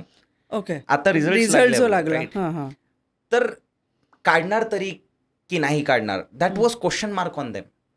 मी पूर्ण रेमेडीज त्यांना व्यवस्थित दिले, A to Z रेमेडीज दिले. हम्म, and my team member got a call from them. त्यांचा कॉल माझ्या टीम मेंबरला आला, कारण मी कंटिन्युअस एक तर काउन्सिलिंगमध्ये असतो हम्म. किंवा क्लासेसमध्ये असतो, राईट. सो त्यांनी सांगितलं की मुलाचे एक्झाम्स निघाले, सरांना एकदा थँक्यू म्हणून द्याल आणि सरांना इन्फॉर्मेशन कन्वे करून द्याल. बर. So it is like that. चला, आता ही सिरीजच आपण सुरू करूया, कारण आता अभ्यासावर आलो आपण.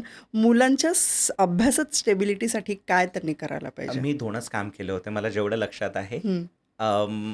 मायरॉन नाम होतं त्याचं. Myron, I cannot tell you the full name because of clients privacy, okay, definitely. But Myron is his name. Hmm, so त्याच्या कुंडलीवरती मी एकच काम केलं आहे, खाना number 1, hmm, which is your brain, your head, right.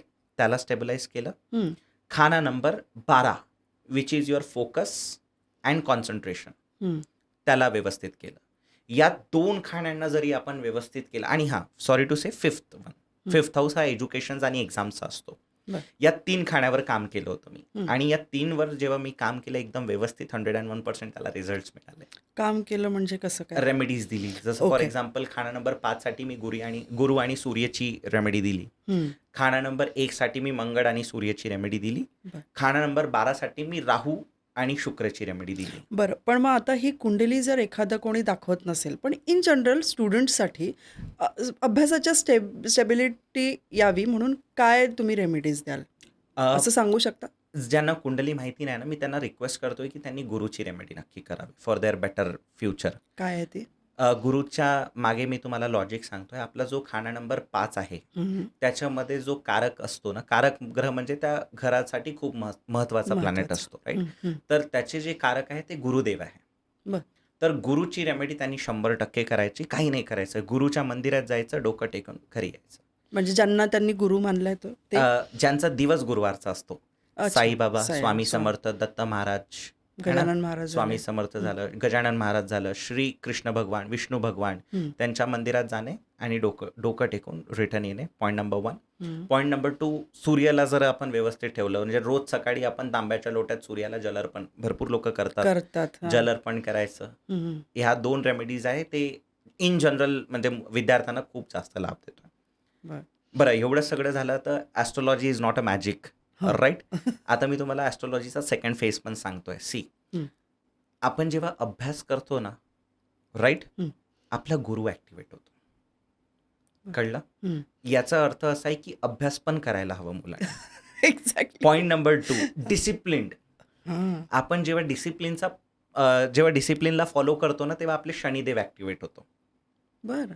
Right? हं. तर आपल्याला असं वाटतं की हे असंच केलेलं तर आपल्याला असे रिझल्ट्स मिळतात. हां. नाही, हे पण करू शकतो आपण. We can follow this thing as well. म्हणजे एकाला करण्याबरोबर दुसरे पण ॲक्टिव्ह होऊन ते काम सहज करता येतं म्हणजे. एक्झॅक्टली. हं. मेडिटेशन करा, चंद्र ॲक्टिवेट होतो, हं. Right? Means it is not like that की तुम्हाला याच्यावर विश्वास नाही तर हे सोडून द्या, पण हे तर करू शकतो आपण. हां, म्हणजे हे सायंटिफिक झालं. एक्झॅक्टली. सो की मी या मागे खूप जास्त लागलो आहे सध्या. माझं हां. जसं आज Instagramवर मी कंटेंट टाकलं about Saturn, how Saturn helps in discipline. बरोबर? बरोबर. हं, तर हं, मी हं. त्यालाच अटॅक केलाय. सॅटर्न कारण ते डिसिप्लिन. रिलेट केलं पाहिजे ना. कारण एक्झॅक्टली. आज म्हणा किंवा नवीन पिढी तुम्हाला आपण एखाद्या आईनं काही सांगितलं, तर आपण सहज म्हणतो की का करायचं? का? त्याचं कारण सांग. आपण सहज विचारतो ना. पण एक्झॅक्टली. जुन्या लोकांजवळ त्याचं कारण नव्हतं. पण आता ते तुम्ही आता रिलेट करून सांगतात आहे त्याच्यामुळे मे बी मुलांना, नवीन पिढीला ते कळेल. कारण आता आपली संस्कृती तशीही अ, चालली आहे, मागेच चालली आहे. संस्कृती म्हटलं की घर आलं आणि घर म्हटलं की परिवार आला. करेक्ट. जॉईंट फॅमिलीला सोबत राहण्यासाठी काय रेमेडी द्याल? जॉईंट फॅमिली आता जसं फॉर एक्झाम्पल म्हणजे आपण न्यूक्लिअर आता फॅमिली. होत चालली आहे. येस. जॉईंट कमीच झाले, त्याच्यामुळे रिलेशन्स नाही झाले. खूप सुरुवातीला तुम्ही आधी सांगितलं की तुमचे रक्ताचे नाते अ, म्हणजे हे खरंच एकमेकाला Bloodlines. रिलेट करताय. तर मग येस. ते घर आणि कुटुंब एकत्र असल्याशिवाय हे सगळं पॉसिबलच नाही आहे. मग ते टिकून राहावं म्हणून काय करायचं? आता यासाठी काम करतोय आपल्या कुंडलीचा खाना नंबर 2, बरं. Second house of the birth chart, which is for family as well, म्हणजे परिवाराकरिता आहे तो घर, हं. राईट? आता यामध्ये काय करावं लागेल मी तुम्हाला फ्रँकली सांगतोय. खाना नंबर 2 मध्ये जो जड असतो, लॉर्ड असतो, तो शुक्र आहे बरं. आणि जो कारक आहे तो गुरु आहे. हं. बरोबर? हं. या 2 प्लॅनेटचे रेमेडीज 101% व्यक्तींनी करायचे. बरं, आता कोणी करायचं? कोणी करायचं? हां. सगळ्यांनी करायचं. कारण फॅमिली मेंबर्स सगळे. येस. हं. कारण फॅमिलीमध्ये कंपल्सरी नाही की एकाचीच कुंडली काम करत असेल. हं. सगळ्या फॅमिलीची कुंडली एकदम व्यवस्थित पाहिजे, राईट? बरोबर. जसं आपण थोड्या वेळ आधी मॅच मेकिंग सांगितलं, मी तुम्हाला काय सांगितलं, हस्बंड जेवढं रिस्पॉन्सिबल आहे तेवढं वाईफ सुद्धा वाईफ. रिस्पॉन्सिबल आहे. हां. तर फॅमिलीमध्ये सगळे मेंबर्स रिस्पॉन्सिबल आहे. त्याच्यात लहान मुलं पण इन्क्लूड होतात? लहान मुलं पण इन्क्लूड होतात. बरं. काही नाही करायचं. शुक्रवारी गणपती बाप्पाच्या मंदिरात जाऊन या, चालेल? शुक्रवारी? शुक्रवारी. बरं. गुरुवारी गुरुच्या मंदिरात जाऊन या, सहपरिवार सहकुटुंब, असा फॅमिली ऑल टुगेदर जॉईंट असेल, कन्फर्म्ड. ओके. म्हणजे त्या फॅमिलीमध्ये कधी डिस्टर्बन्स येईलच नाही. बरं. सिरीज सुरू झाली आहे म्हणून आता सगळ्यात महत्त्वाचं जॉब. जॉबमध्ये प्रमोशन्स आहेत किंवा तिथे टिकून राहणं आहे. कोणाचे जॉब सतत राहत नाही, ते सोडत असतात जॉब बऱ्याच वेळेला. तर त्या लोकांना काय सांगाल? नक्की. त्यांच्याकरिता तर एक सगळ्यात महत्त्वाची ॲडवाईस अशी आहे हं. की आपण जॉब बोलण्यापेक्षा आपण प्रॉपर जॉब करायला हवा. You got the point? Selection of the job is very important. जॉबला बरं. सिलेक्ट करणं हे खूप जास्त महत्त्वाचं आहे. हं, हं, हं. तुमच्या कुंडलीमध्ये ज्युपिटरचा जॉब तुम्ही करायला हवं होतं. बरं. राईट. हम्म. पण तुम्ही मर्क्युरीचा करणार, कसं हम्म. सक्सेस मिळेल तुम्हाला? हम्म. राईट. तुमच्या कुंडलीमध्ये सनचा जॉब, सूर्यदेवांचा जॉब जर तुम्हाला करायचा असेल, हम्म. पण तुम्ही शनीचा जॉब करणार. पण अशा वेळेला इंटरेस्ट हा पण एक विषय आहे की माझा इंटरेस्ट याच्यात आहे, मग मी का इकडे जाऊ? हा पण एक प्रश्न आहे ना. करेक्ट. का बरं येतो? मी रॉंग सिलेक्शन ऑफ द करिअरच्या मागचं पण रिझन देतो. तुमच्या कुंडलीमध्ये ऋण, हम्म. अंधळी कुंडली, हा. हे असे जे निगेटिव्ह कॉन्सेप्ट आहे, अचानक धोके के ग्रह, चोट के ग्रह, असे मल्टिपल प्लॅनेट्स म्हणजे मल्टिपल कॉम्बिनेशन्स होतात. हम्म. यापैकी जर एकही निगेटिव्ह असेल ना, you will select a wrong career. तुमचा इंटरेस्टच दुसरीकडे असेल आणि त्याच्यामध्ये स्ट्रगल कराल. बरं, तुम्हाला जो इंटरेस्ट आहे तो तुम्ही करत आहे, बरोबर, hmm. Then why you are not getting success? Point number 1. Hmm. तो एक बरोबर. आहे. हम्म. आता क्रिकेटमध्ये खूप लोकांना इंटरेस्ट होतं, बरोबर, पण विराट कोहली, सचिन तेंडुलकर, रोहित शर्मा काही हेच का नाव पुढे आले? पुढे गेले. हम्म. पण इंटरेस्ट तर बाकी लोकांनाही होता ना.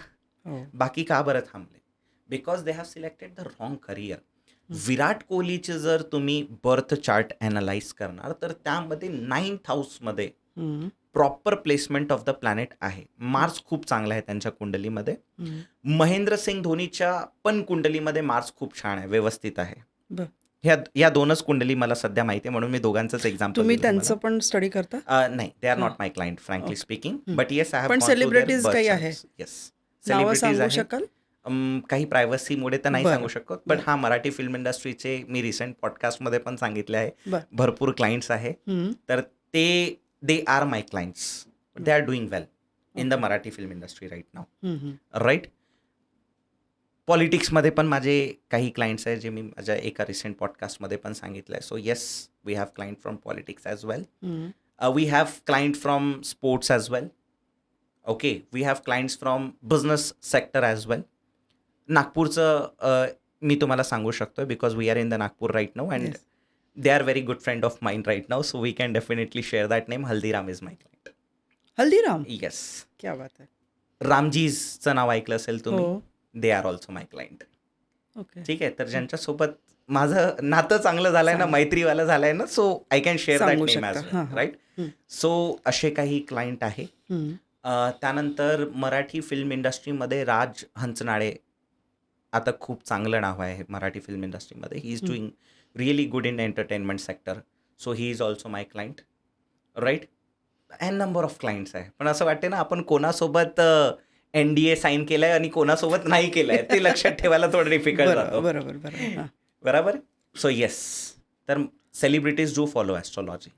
फायनान्शियल स्टेबिलिटी हा पण एक प्रकार आहे, पण ती पैसा आपला जो कसा टिकून राहावा हे तर सगळ्यांना कामाचंच आणि फायद्याचंच आहे. तर त्याची रेमेडी काय सांगाल? बघा, पैसा आपल्याकडे तेव्हाच टिकणार हं. जेव्हा व्यवस्थित येणार, म्हणजे 11th हाऊस. बरोबर. ओके. हं. व्यवस्थित आला हां. तर आपले एक्सपेन्सेस नाही झाले पाहिजे. हं. हाऊस नंबर 12, खाना नंबर 12, बरं. राईट. हं. तेव्हाच आपल्याकडे पैशाची फायनान्शियल स्टॅबिलिटी राहील. तर हं. खाना नंबर 11साठी जो सगळ्यात महत्त्वाचा प्लॅनेट आहे, जड आहे शनी हं. आणि कारक आहे गुरु. या दोघांचं जर आपण रेमेडी केलं, जसं मी सांगितलं ना, काही नाही करायचं. गुरुवारी जा, गुरुच्या मंदिरात डोकं टेकवून या. शनिवारी शनी मंदिरात जा, शनीच्या मूर्तीवर तेल अर्पण करा, शनी चालीसा वाचा. दिस आर द जनरल उपाय, रेमेडीज ऑफ लाल किताब, हं. राईट. तर हे आपण केलं तर आपल्या इन्कमवर आपल्याला चांगला बेनिफिट्स भेटतोय, राईट. हं. But at the end of the day या दोघांना काय लागतो हा पण विचार करा. जसं मी सांगितलं, ज्युपिटर हं.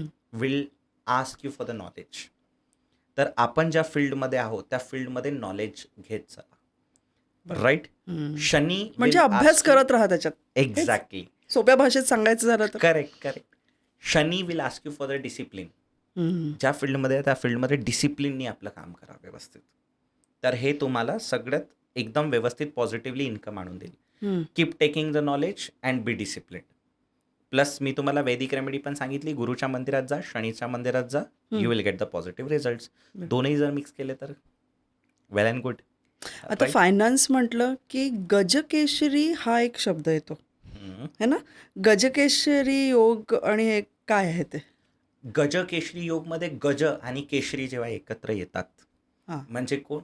चंद्र आणि गुरु. बरं. हे जर दोघं एकत्र आले तुमच्या कुंडलीमध्ये तर गजकेशरी योगचा निर्माण होतो. Point number 1. हां. 2 खूप स्ट्रॉंगेस्ट प्लॅनेट आहे in terms of positivity, right. हं. चंद्र आणि गुरु. हं.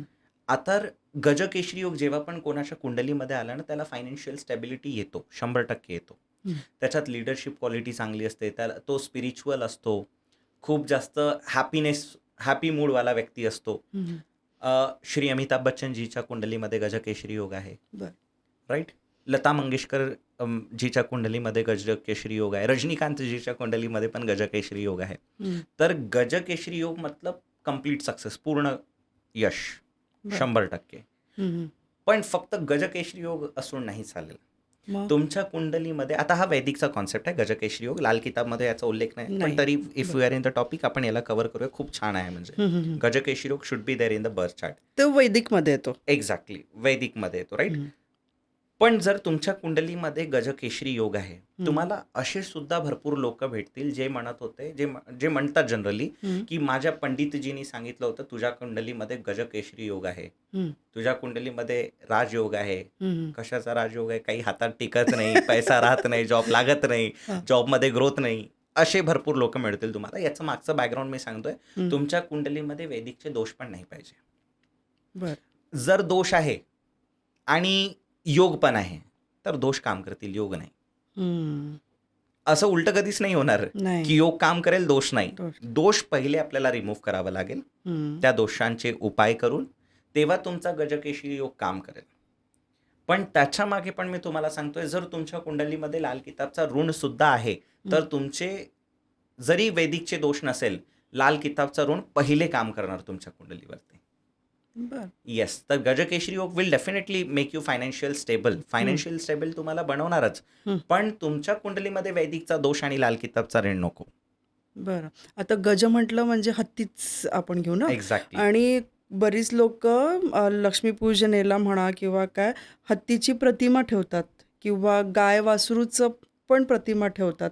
तर ती किती चांगली आहे घरात ठेवणं? बिलकुल. आता फॉर एक्झाम्पल जसं तुम्ही हत्ती बद्दल सांगितलं आहे, मी हं. तुम्हाला सांगतोय, म्हणजे गज हं. यानी चंद्र. हं. हत्ती म्हणजे काय होतोय? चंद्र चंद्र. होतोय, मून होतोय, हं. राईट.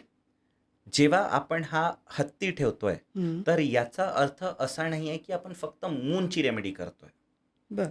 लाल किताबमध्ये ही रेमेडी का बरं दिली आहे ते पण मी तुम्हाला सांगतोय, राहू आणि केतूसाठी दिली आहे, हं. राईट. हं. राहू आणि केतू हे चंद्राचे मुलं म्हणून डिफाईन करतात लाल किताबमध्ये, हं. Right. So moon is the ultimate mother, right.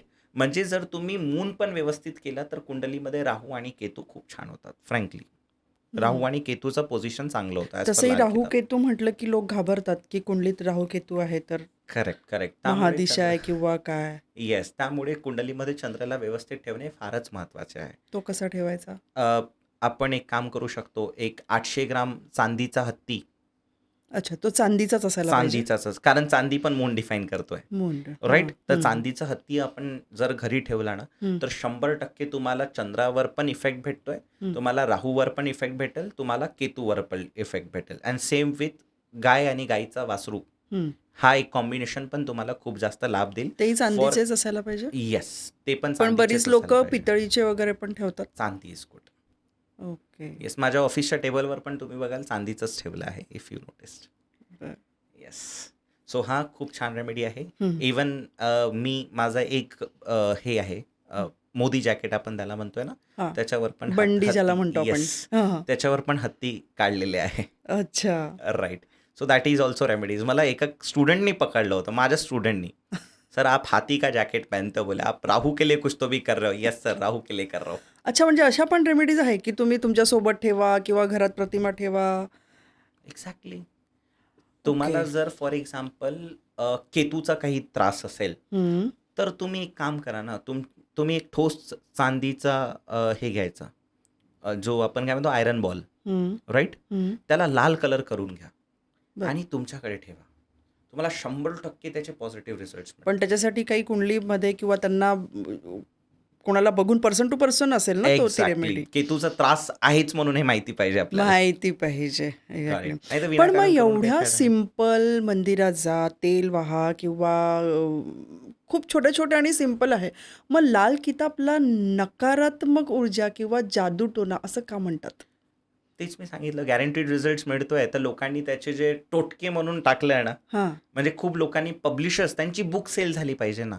पण तुम्ही आता एवढे क्लायंट्स बघता, तुम्हाला कुठला अनुभव आहे नकारात्मक एनर्जीचा? येस, नकारात्मक एनर्जीज असतात, यामध्ये पण काही डाऊट नाही. मी भरपूर मध्ये व्हिजिट केलेलं आहे, तर त्यामध्ये सुद्धा 1-2 केसेस सांगू शकाल? येस, मी कोल्हापूरचीच एक केस सांगतोय तुम्हाला. हं. कोल्हापूरमध्ये एका फॅमिलीमध्ये मी जेव्हा वास्तू व्हिजिटसाठी गेलोय, तेव्हा त्यांनी मला सगळं सांगितलं होतं, हं. की सर, आम्ही जसं रात्र झाली, तेव्हा रात्री एक फ्रेग्रन्स येतो सर, अच्छा. फ्रेग्रन्स. हां, हां. आणि तो फ्रेग्रन्स मोगराचा फ्रेग्रन्स असतं. हो. राईट? हां. तर आय वॉज लाईक, जसं तुम्ही पॅरानॉर्मल ॲक्टिव्हिस्ट इन कोल्हापूर किंवा पॅरानॉर्मल ॲक्टिव्हिस्ट इन पुणे जरी सर्च केलं, तर माझं नाव रिफ्लेक्ट होतं. तर त्यांना असं वाटलं, दिस केस इज समथिंग बियॉन्ड. हं. आपल्याकडे येतोय, मोगरात राहे नाही. पण आजूबाजूने बाजू कुठूनही येऊ शकतात. येस. हां.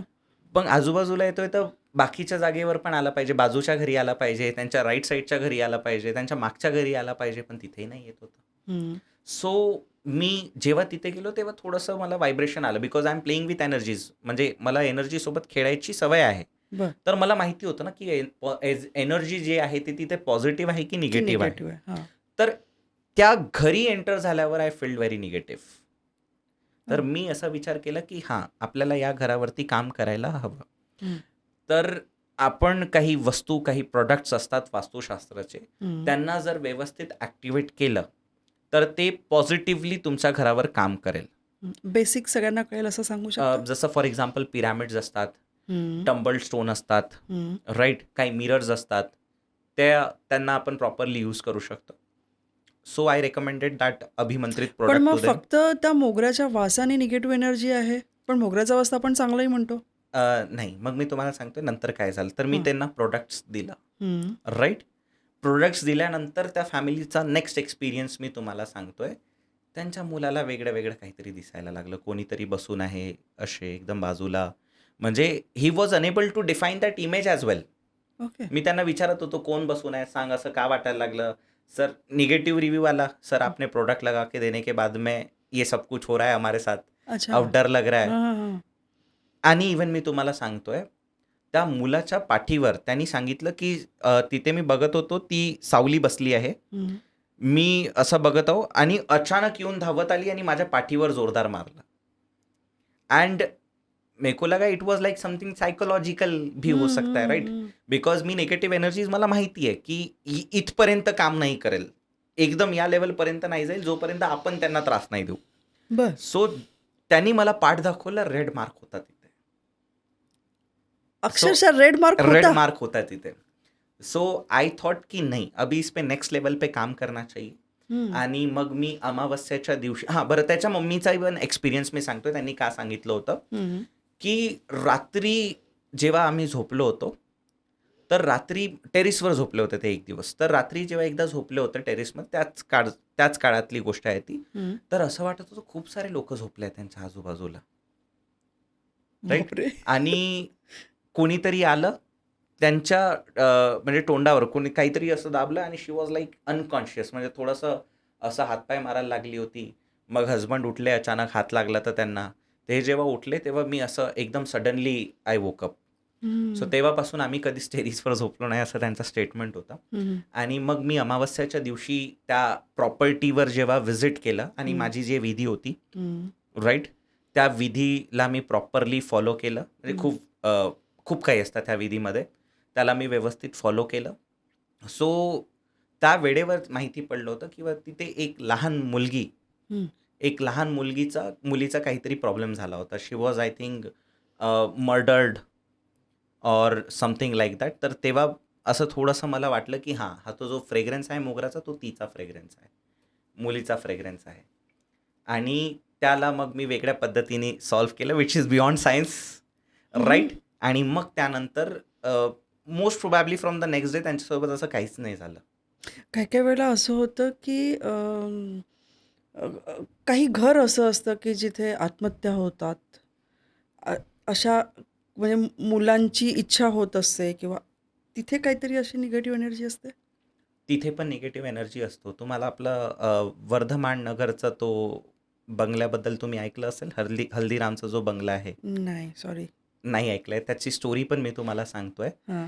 हल्दीरामचा जो बंगला आहे, हं, राईट, हं. तिथेच कोणाला तरी विचारून घ्यायचा भूत बंगला कोणता आहे म्हणून. भूत बंगला ऐकलाय पण. एक्झॅक्टली. अच्छा, ते ऐकलंय, तर तोच भूत बंगला आहे. अच्छा. तिथे तुम्ही जेव्हा व्हिजिट कराल ना, फक्त तुम्ही 2 मिनिटं उभे राहा तिथे त्याच्या बाहेर. बाहेर. फक्त हं. बघा 2 मिनिटं. हां. You will get scared. का? घाबरायला लागाल तुम्ही, एकदम असं घाबरल्यासारखं वाटणार. हं. असं वाटणार, हे काय बघतोय मी, इथून पटकन निघून जायचं, निगेटिव्ह एनर्जीज असं वाटतं. हं, हं, हं. त्या बंगल्याला जेव्हा तुम्ही नोटीस कराल ना, तर ते पूर्णपणे पॅक्ड आहे मॅम तो. काय झालं होतं मी तुम्हाला सांगतोय, तिथल्या लोकांचे असे रिव्ह्यूज होते हं. की या घरी एक फॅमिली बर्न होऊन पूर्ण फॅमिलीचे मेली. मेंबर्स गेले, बरं. राईट. पूर्ण फॅमिली मेंबर्स एक्सपायर झाले, सगळे जेवढे होते, लहानापासून ते मोठेपर्यंत सगळे. हं. अँड आताही जेव्हा आपण त्या बंगल्यामध्ये सडनली त्यावेळेस काय झालं होतं मी सांगतोय, तरी अंदरून आवाज येत होता त्यांना कंटिन्युअस, आजूबाजूच्या लोकांना. आजूबाजूच्या लोकांना, हं. राईट. काहीतरी खेळत, कोणीतरी खेळायचा, लहान मुलगा खेळायचा, भांडे म्हणजे जसं पडायचं. पिक्चरमध्ये दाखवतात तसंच. एक्झॅक्टली, रिअल लाईफ स्टोरी पूर्ण. हां, हां. तर तिथे असे आवाज यायला लागले की जसं फॅमिली आहे तिथे. हां. आणि मग अचानक चिल्लावायचे सगळे, ओरडण्याचा आवाज. ओरडायचे एकदम, हां. बिलकुल अचानक सगळे ओरडायला लागायचे. हां. तर मग सगळ्या लोकांचा त्याचा बाजूचा बंगला पण खाली झाला अच्छा, त्या आवाजाने. राईट. बापरे. पण बाकीच्या लोकांना खूप जास्त त्रास होत होता ना, हं, हं. त्यांनी मग अभिमंत्रित करून ते पूर्ण घर तुम्ही बघाल, हं. पूर्ण विटा लावल्या त्या घरांना. आपल्या विंडोजवर विटा आहे, पूर्ण विटांनी पॅक केलं आहे. बरं.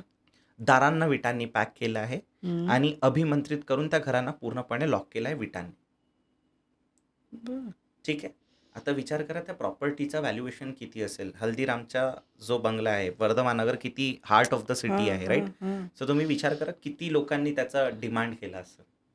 हं. आता ही गोष्ट कितपत खरी आहे माहिती नाही मला, कितपत आहे, पण त्याला एक व्यक्तीनं अक्वायर करायचा प्रयत्न केला होता, हं. म्हणजे प्रॉपर्टी घेण्याचा प्रयत्न घेण्याचा केला प्रयत्न. होता. हां. तर त्याला सुद्धा निगेटिव्ह तिथे काहीतरी व्हायला लागलं होतं.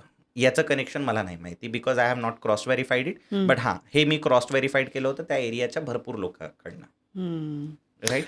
अशी एखादी केस जिथे तुम्ही काही पर्टिक्युलर रेमेडीज केलेली आहे, असं कुठलं सांगू शकाल? की कोल्हापूरचा निगेटिव्हमध्येच केस मी तुम्हाला सांगितलं तेच. होतं ना, तो एक खूपच जोरदार केस होता. हां. बट असे भरपूर केसेस झाले आहे. हं. मी हनुमान चालिसाची एक विधी करतोय, जिथे असं वाटते की एनर्जीजमध्ये जास्त काम नाही करायचं आहे. हं. तिथे मी फक्त काय करतोय, एक टेबल घेतो, त्या टेबलवर एक लोटा जल ठेवून देतोय, हं. अभिमंत्रित केलेला. तो गंगाजल असतोय, त्या गंगाजलमध्ये गंगाजल पण मी टाकून देतोय. हं. हनुमानजीचं मी एक फ्रेम अरेंज करायला लावतो, तिथे मी फ्रेम ठेवतो आणि बस मी माझं हनुमान चालिसाचा सतत पाठ करत असतो, कंटिन्युअस.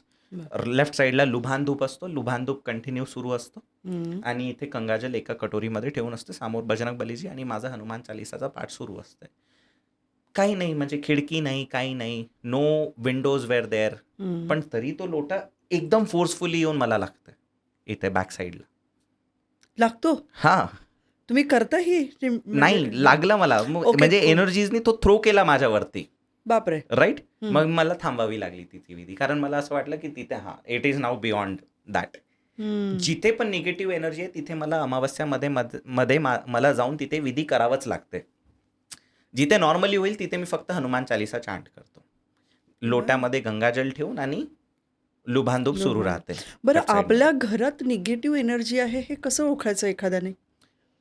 निगेटिव्ह एनर्जी सगळ्यात म्हणजे असं कंटिन्यू भास होणं की कोणी आहे आपल्याजवळ नॉनस्टॉप, बरं. राईट. हं. अचानक फ्रेग्रन्स येणं, हं. Point number 2. हं. पॉईंट नंबर 3, बरोबर रात्री 3 वाजता तुमची झोप उघडणार, हं. राईट. हा एक पुन्हा संकेत आहे. पॉईंट नंबर 4, सतत आजारी कोणी ना कोणी असणे घरी. पॉईंट नंबर 5, कोणता ना कोणता लॉस कंटिन्युअस होत राहणे. बरं. हे काही जनरल आयडेंटिफिकेशन्स आहे. हं. बरं, आता मी तुम्हाला 3 वाजताची गोष्ट सांगितली होती. हं. मी आता तुम्हाला ज्या क्लायंट्सबद्दल मी सांगितलं होतं ना, त्यांचा एक पर्सनल प्रॉब्लेम पण आहे, जो त्यांना खूप जास्त इफेक्ट झाला आहे. हं. ते पहिले एका मुंबईमध्ये दुसऱ्या घरी राहत होते. चॉल टाईप होतं ते, हं. राईट. चॉल टाईप होतं, तर त्याच्यावरती कोणीतरी निंबू टाकले होते खूप सारे. तर ते जेव्हा वरती गेलं ना त्यांनी बघितलं होतं की निंबूमध्ये खूप टाचट्या लावलं. इट हां. वॉज लाईक बिफोर मीटिंग मी. हां, हां. आता तर ते खूप चांगले म्हणजे स्टेबलाइज झाले. त्यांनी अपार्टमेंट फ्लॅट वगैरे घेतला आहे मुंबईमध्ये आणि खूप चांगला लक्झरी फ्लॅट घेतला आहे. हं. बिकॉज त्याच्यानंतर ते साऊथ आफ्रिकामध्ये गेले. त्यांचे जे हजबंड आहे he is working in south Africa. बरं. शिपवर काम करतात ते. बरं. सो त्याच्यानंतर खूप जास्त त्यांचा डाऊनफॉल सुरू झाला. हं. बरं ते झालं तर झालं. नंतर जेव्हा ते मुंबईमध्ये शिफ्ट झाले त्यांच्या अपार्टमेंटमध्ये, हं. तेव्हा त्यांच्या मिसेसला असं वाटायचं की तरीही कोणीतरी कंटिन्युअस सोबत आहे. बरं. It was like that negative energy आहे. मी स्वतःहून त्यांना प्रश्न विचारला आणि त्यांचे पूर्ण बॅकग्राऊंड हिस्ट्री मी घेऊन घेतली. माहिती तेव्हा मला होती माहिती पडलं आधीपासून. की हं. काहीतरी एक वेगळा कॉन्सेप्ट आहे.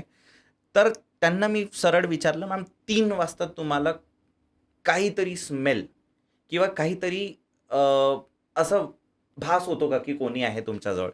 तेव्हा त्यांनी सांगितलं की 3 वाजता सर बरोबर काहीतरी जळल्यासारखा स्मेल येतो मला. बापरे! मी फ्रेग्रन्स तुम्ही जेव्हा म्हटलं तेव्हा मी विचारणारच होते, की फ्रेग्रन्स हे काहीतरी पर्टिक्युलर असतात, की आता एक मोगऱ्याचा तर तुम्ही सांगितला, ज्याला की आपण चांगला म्हणतो, की आता हे सीझन आहे, तर येतो आहे. पण अजून काही पर्टिक्युलर असे फ्रेग्रन्स असतात? हो, आता जळल्याचं आहे जळल्याचा म्हटल्यावर एक जसं फॉर सांगितला. एक्झाम्पल मी सांगितलं की कोणती तरी आत्मा आहे, ओह! ज्याचं निधन जळून झालेलं आहे. ती त्यांच्या घरी बापरे! एंटर झालेली आहे. मोगरा त्या मुलीचा आहे. हां. ओके. जिला मोगरा आवडतो, जे हं. गजरा म्हणून घालत हं. असेल. इट वॉज हं. Like that. सो असे काहीतरी कन्क्लुजन्स मला बाहेर अजून काढावंच काय-काय लागतंय. फ्रेग्रन्स असू शकतात? भरपूर फ्रेग्रन्स असतात. बरं. राइट. म्हणजे जिथे सत्य आहे तिथे खोटं आहे, जिथे पॉझिटिव्ह आहे तिथे निगेटिव्ह आहे. आय टोल्ड यू ना एव्हरीथिंग इज सायन्स ऑर हं. Beyond science. असा काही अनुभव आला की कोणी-कोणी म्हणजे काय म्हणतात त्याला, स्वतःला चेक करणं खूप हे टीनेजमध्ये वगैरे होतं किंवा जे यंग असतात मुलं तर "तिला जॅकेट देखते है." आहे ना वर्धमान नगरचा जो मी तुम्हाला बंगलो सांगितलं, हां, हां, हां. त्याच बंगलोमध्ये एक मुलगा स्वतः एंटर झाला कॅमेरा घेऊन.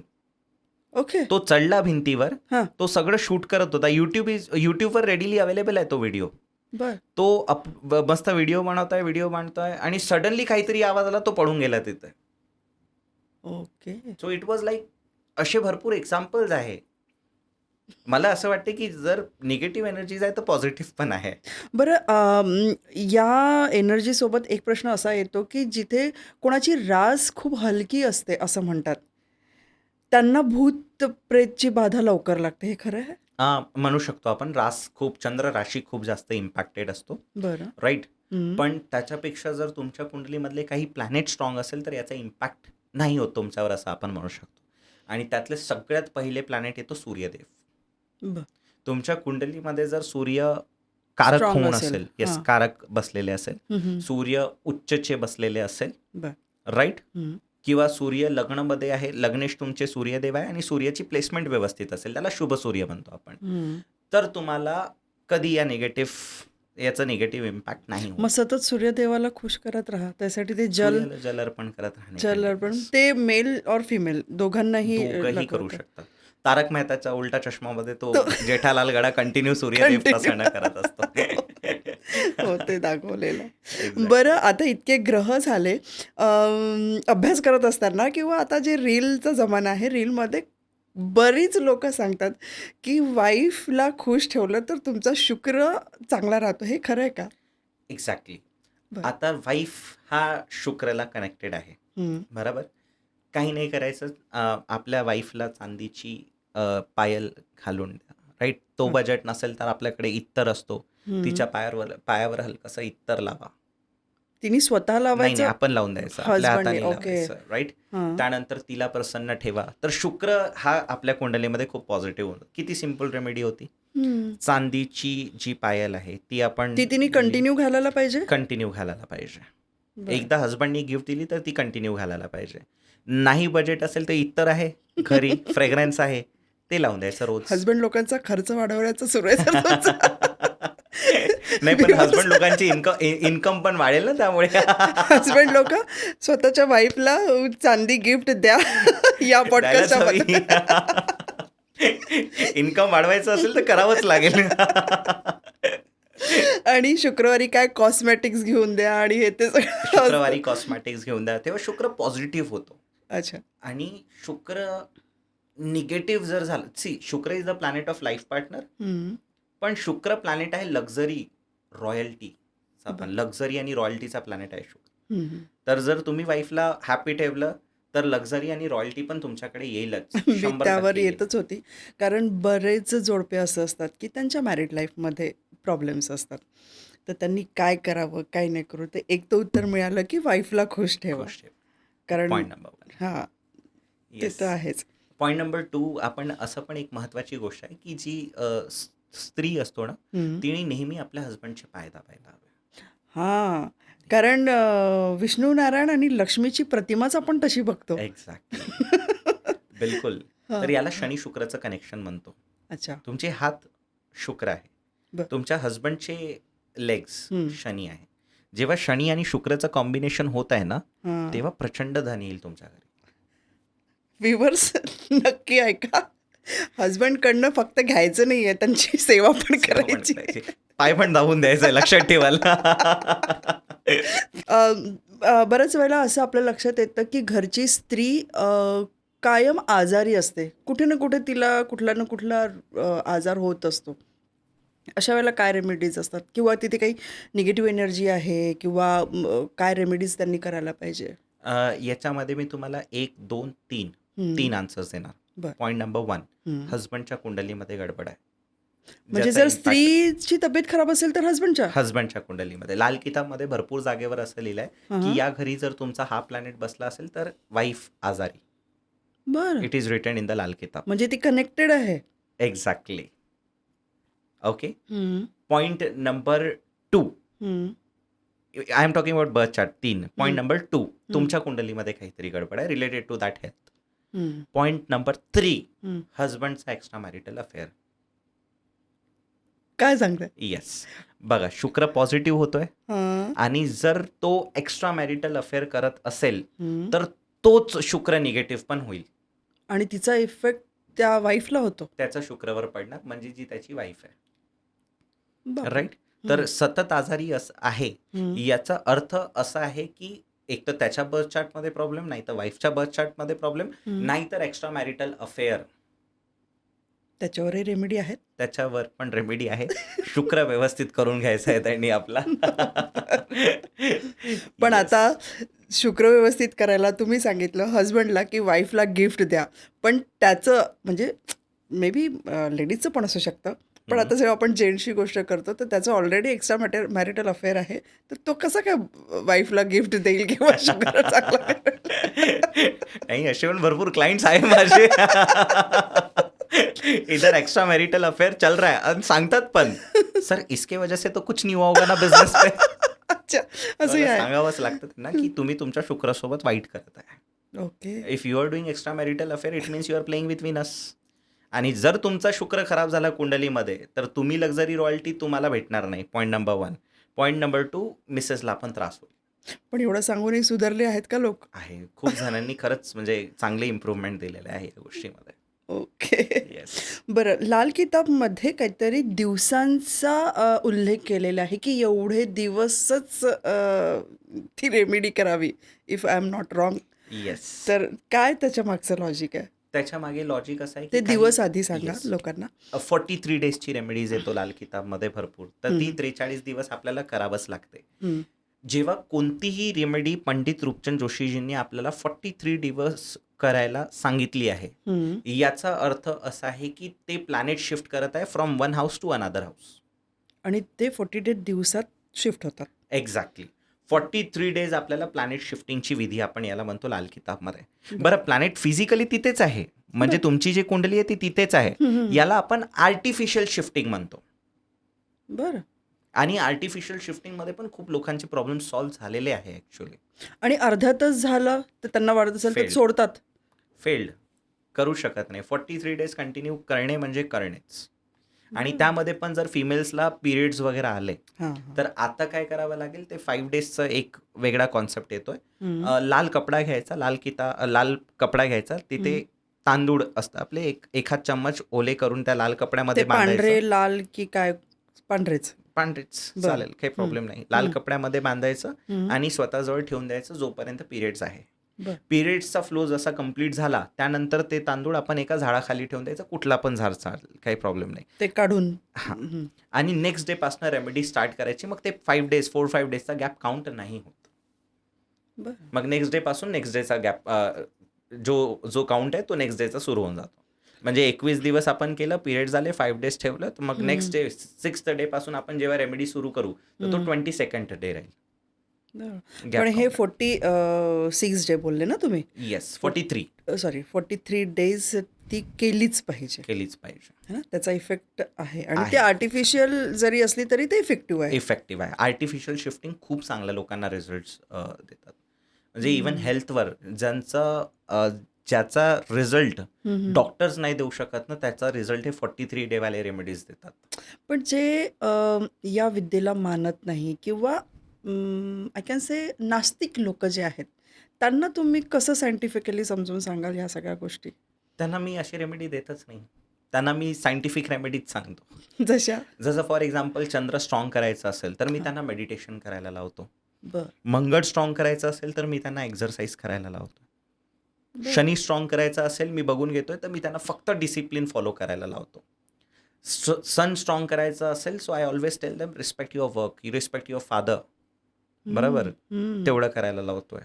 तर असे प्रत्येक राहू केतू आलं तर मी त्यांना म्हणतोय की फोर्सफुली थोडंसं स्पिरिच्युअल करा स्वतःला. म्हणजे एकदा तरी जा आठवड्यात, तर पण मंदिरात जा. फोर्सफुली आपण त्यांना स्पिरिच्युअल करतो. तर असे रेमेडीज दिलेले त्यांना कधीही बरे असतात. पॉईंट नंबर 1, नास्तिक पहिले तर व्हिजिट करत नाही. नाही. पॉईंट नंबर 2, व्हिजिट जरी केलं हम्म. तर मी त्यांना सांगतोय की हे रेमेडीज आपल्याला करायचे आहे. राईट. हम्म. पॉईंट नंबर 3 एकच सांगतोय की जरी मला वाटलं की हां प्लॅनेट शिफ्टिंग करायचे, तर त्यांना मी सांगतोय करो. देखो नहीं करके कुछ मिला है क्या? तो करके करो. करके देखो क्या ही होने वाला है. एक्झॅक्टली. म्हणून त्यांना थोडंसं कन्व्हिन्स करणं हा डिफिकल्ट तर आहेच, पण हा जर ते स्वतःहून इनिशिएटिव्ह घेतात ना, तर त्यांना रिझल्ट्स पण तसे मिळतात. बरोबर. For sure. बरं, आता एक नवीन आलं आहे की पूर्वी नॉर्मल डिलिव्हरीज व्हायच्या, ठीक आहे. पण आता बाकायदा ऑस्ट्रोलॉजरकडे जाऊन डेट घेऊन ती डेट फिक्स करून सिझेरियन हा प्रकार आलेला आहे. पण म्हणजे हे माझं ओपिनियन आहे किंवा अजून माझ्यासारखे अजून असतील की नॉर्मल आलं म्हणजे देवांनीच स्वतः पाठवलेलं आहे किंवा जे काही आहे ते त्यांची जी कुंडली बनलेली आहे, जे विधी लिखित आहे ते आहे. पण हे जे स्वतःहून करून घेतात, डेट घेऊन घेतात, मग ते आपण स्वतः करणं आणि नॅचरली होणं याच्यामध्ये फरक होत असेल ना? बघा, नॅचरली होणं आणि C section it's a different thing, right. Naturally होत असेल तरी प्लॅनेट्सचा इम्पॅक्ट आहे. हो. सी सेक्शन होत असेल तरी प्लॅनेट्सचा इम्पॅक्ट पण आहे. ते करून आणलेले आहेत ना? देवाचा जर विचार असेल की तू अशा घरी जा जिथे ॲस्ट्रॉलॉजी फॉलो होते आणि तुझे प्लॅनेट्स एकदम सगळे व्यवस्थित राहिले पाहिजे, राईट, म्हणून ते सी सेक्शन पण करून घेतात, असं आहे. राईट. होऊ शकते ना, देवाचीच इच्छा आहे की तुझे सगळे प्लॅनेट्स, तू मागच्या जन्मी खूप चांगले कर्म केले, तुझे सगळे कर्म व्यवस्थित होते, राईट, म्हणून या जन्मी तुला त्याचे पॉझिटिव्ह फळ मिळणार. तर असं कधीच नाही की सी सेक्शनमध्ये आपण जर date of birth, time of birth decide केला असेल तर त्याचा निगेटिव्ह इम्पॅक्ट होतो. नाही, पॉझिटिव्ह इम्पॅक्ट होतो, पॉझिटिव्ह. होतो. आणि आजकाल भरपूर पॅरेंट्स येतात date of birth, time of birth घ्यायला, बरं. आणि त्यांनी ट्रेमेंडस रिझल्ट्स बघितले आहेत त्यामध्ये. ट्रेमेंडस. मुलगा जिनियस निघतो, राईट, खूप जास्त इंटेलिजंट, ह्या सगळ्या गोष्टी, लिडरशिप क्वालिटी असतात मुलांमध्ये, लहानपणीपासूनच दिसून जातात. बरं. तुम्ही आता कर्माचा उल्लेख केला. तुम्ही कर्माला कसं डिफाईन कराल? See, there is a thing called past life कर्मा.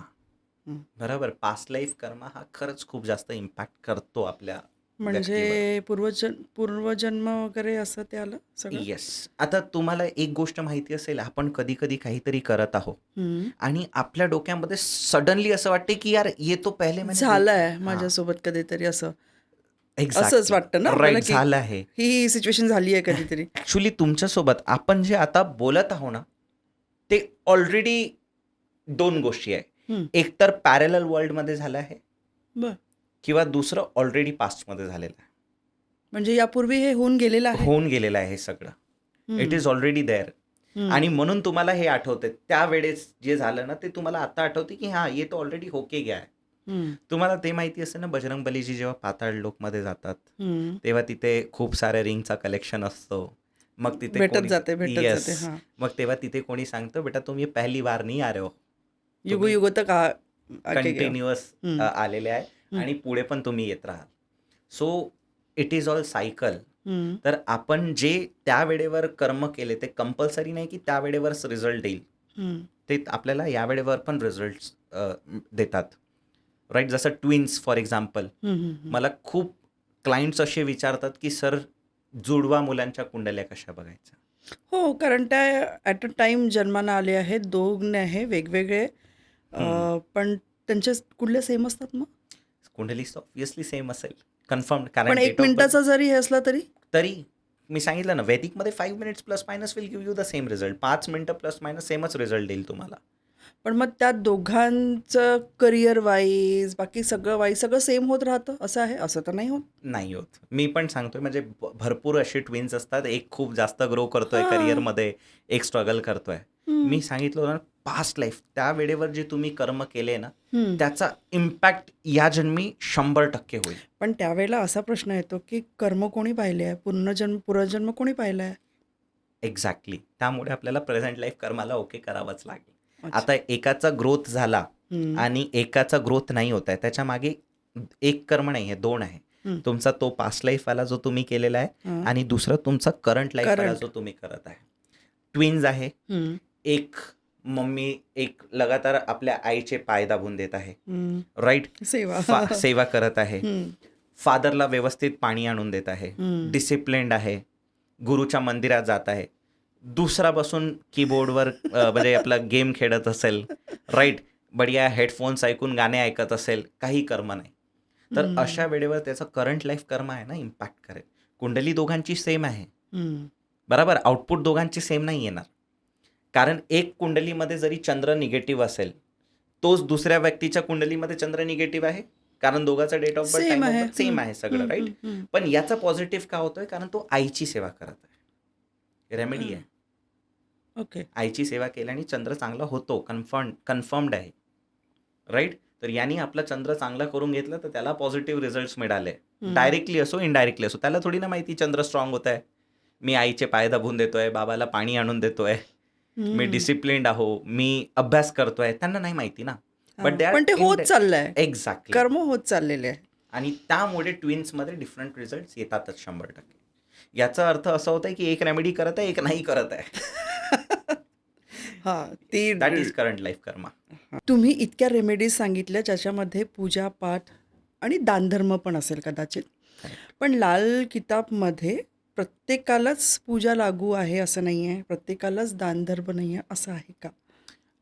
लाल किताबमध्ये भरपूर जागेवर असा उल्लेख केलेला आहे की तुमचा कोणता प्लॅनेट जर त्या घरी बसला असेल हं. तर तुम्ही पूजा नाही करायला पाहिजे पण त्या म्हणजे लोकांनी पूजा नाही म्हणजे पूजाच नाही, नाही. कोणाचीच किंवा कुठलाच. हेच एक निगेटिव्ह सगळ्या ॲस्ट्रॉलॉजर्सनी सांगितलेलं आहे की हां, पूजा नाही करायची it is not like that हां. याचा अर्थ असा आहे की तुम्ही पूर्णपणे पूजा नाही करायची म्हणजे एकदम पूर्ण घुसून नाही जायचं त्याच्यामध्ये की नाही करना ही है मैं पंडित जी बन जाऊंगा ओके. मैं कंटिन्युअस पूजा पाठ करते रहूंगा असं नाही हं, हं. तुम्ही पूजा करायची पण लिमिटमध्ये करायची बरं पंडित रूपचंद जोशीजींनी याच्यावर पण अल्टरनेटिव्ह सांगितलं आहे जर प्लॅनेट तिथे काम नाही करत आहे तर मग प्लॅनेटला शिफ्ट करून घ्या ना आणि पूजा पाठ करत राहा हे कंटिन्युअस 43 डेजवाला. एक्झॅक्टली याचा ओके. कोणी बेनिफिटच नाही आहेत मी भरपूर ॲस्ट्रॉलॉजर्सला सांगितलं आहे एक ॲस्ट्रॉलॉजरचा मी रील बघितलं हं. तर त्याच्यामध्ये सांगितलं आहे की जुपिटर खाना नंबर 7 में बैठे हो तो इसका ये मतलब नहीं है कि पूजा छोड़ देना है पंडित रूपचंद जोशी जी का कहना है कि घंटी मत बजाइए पूजा पाठ मत करिए असं नाही आहे हं.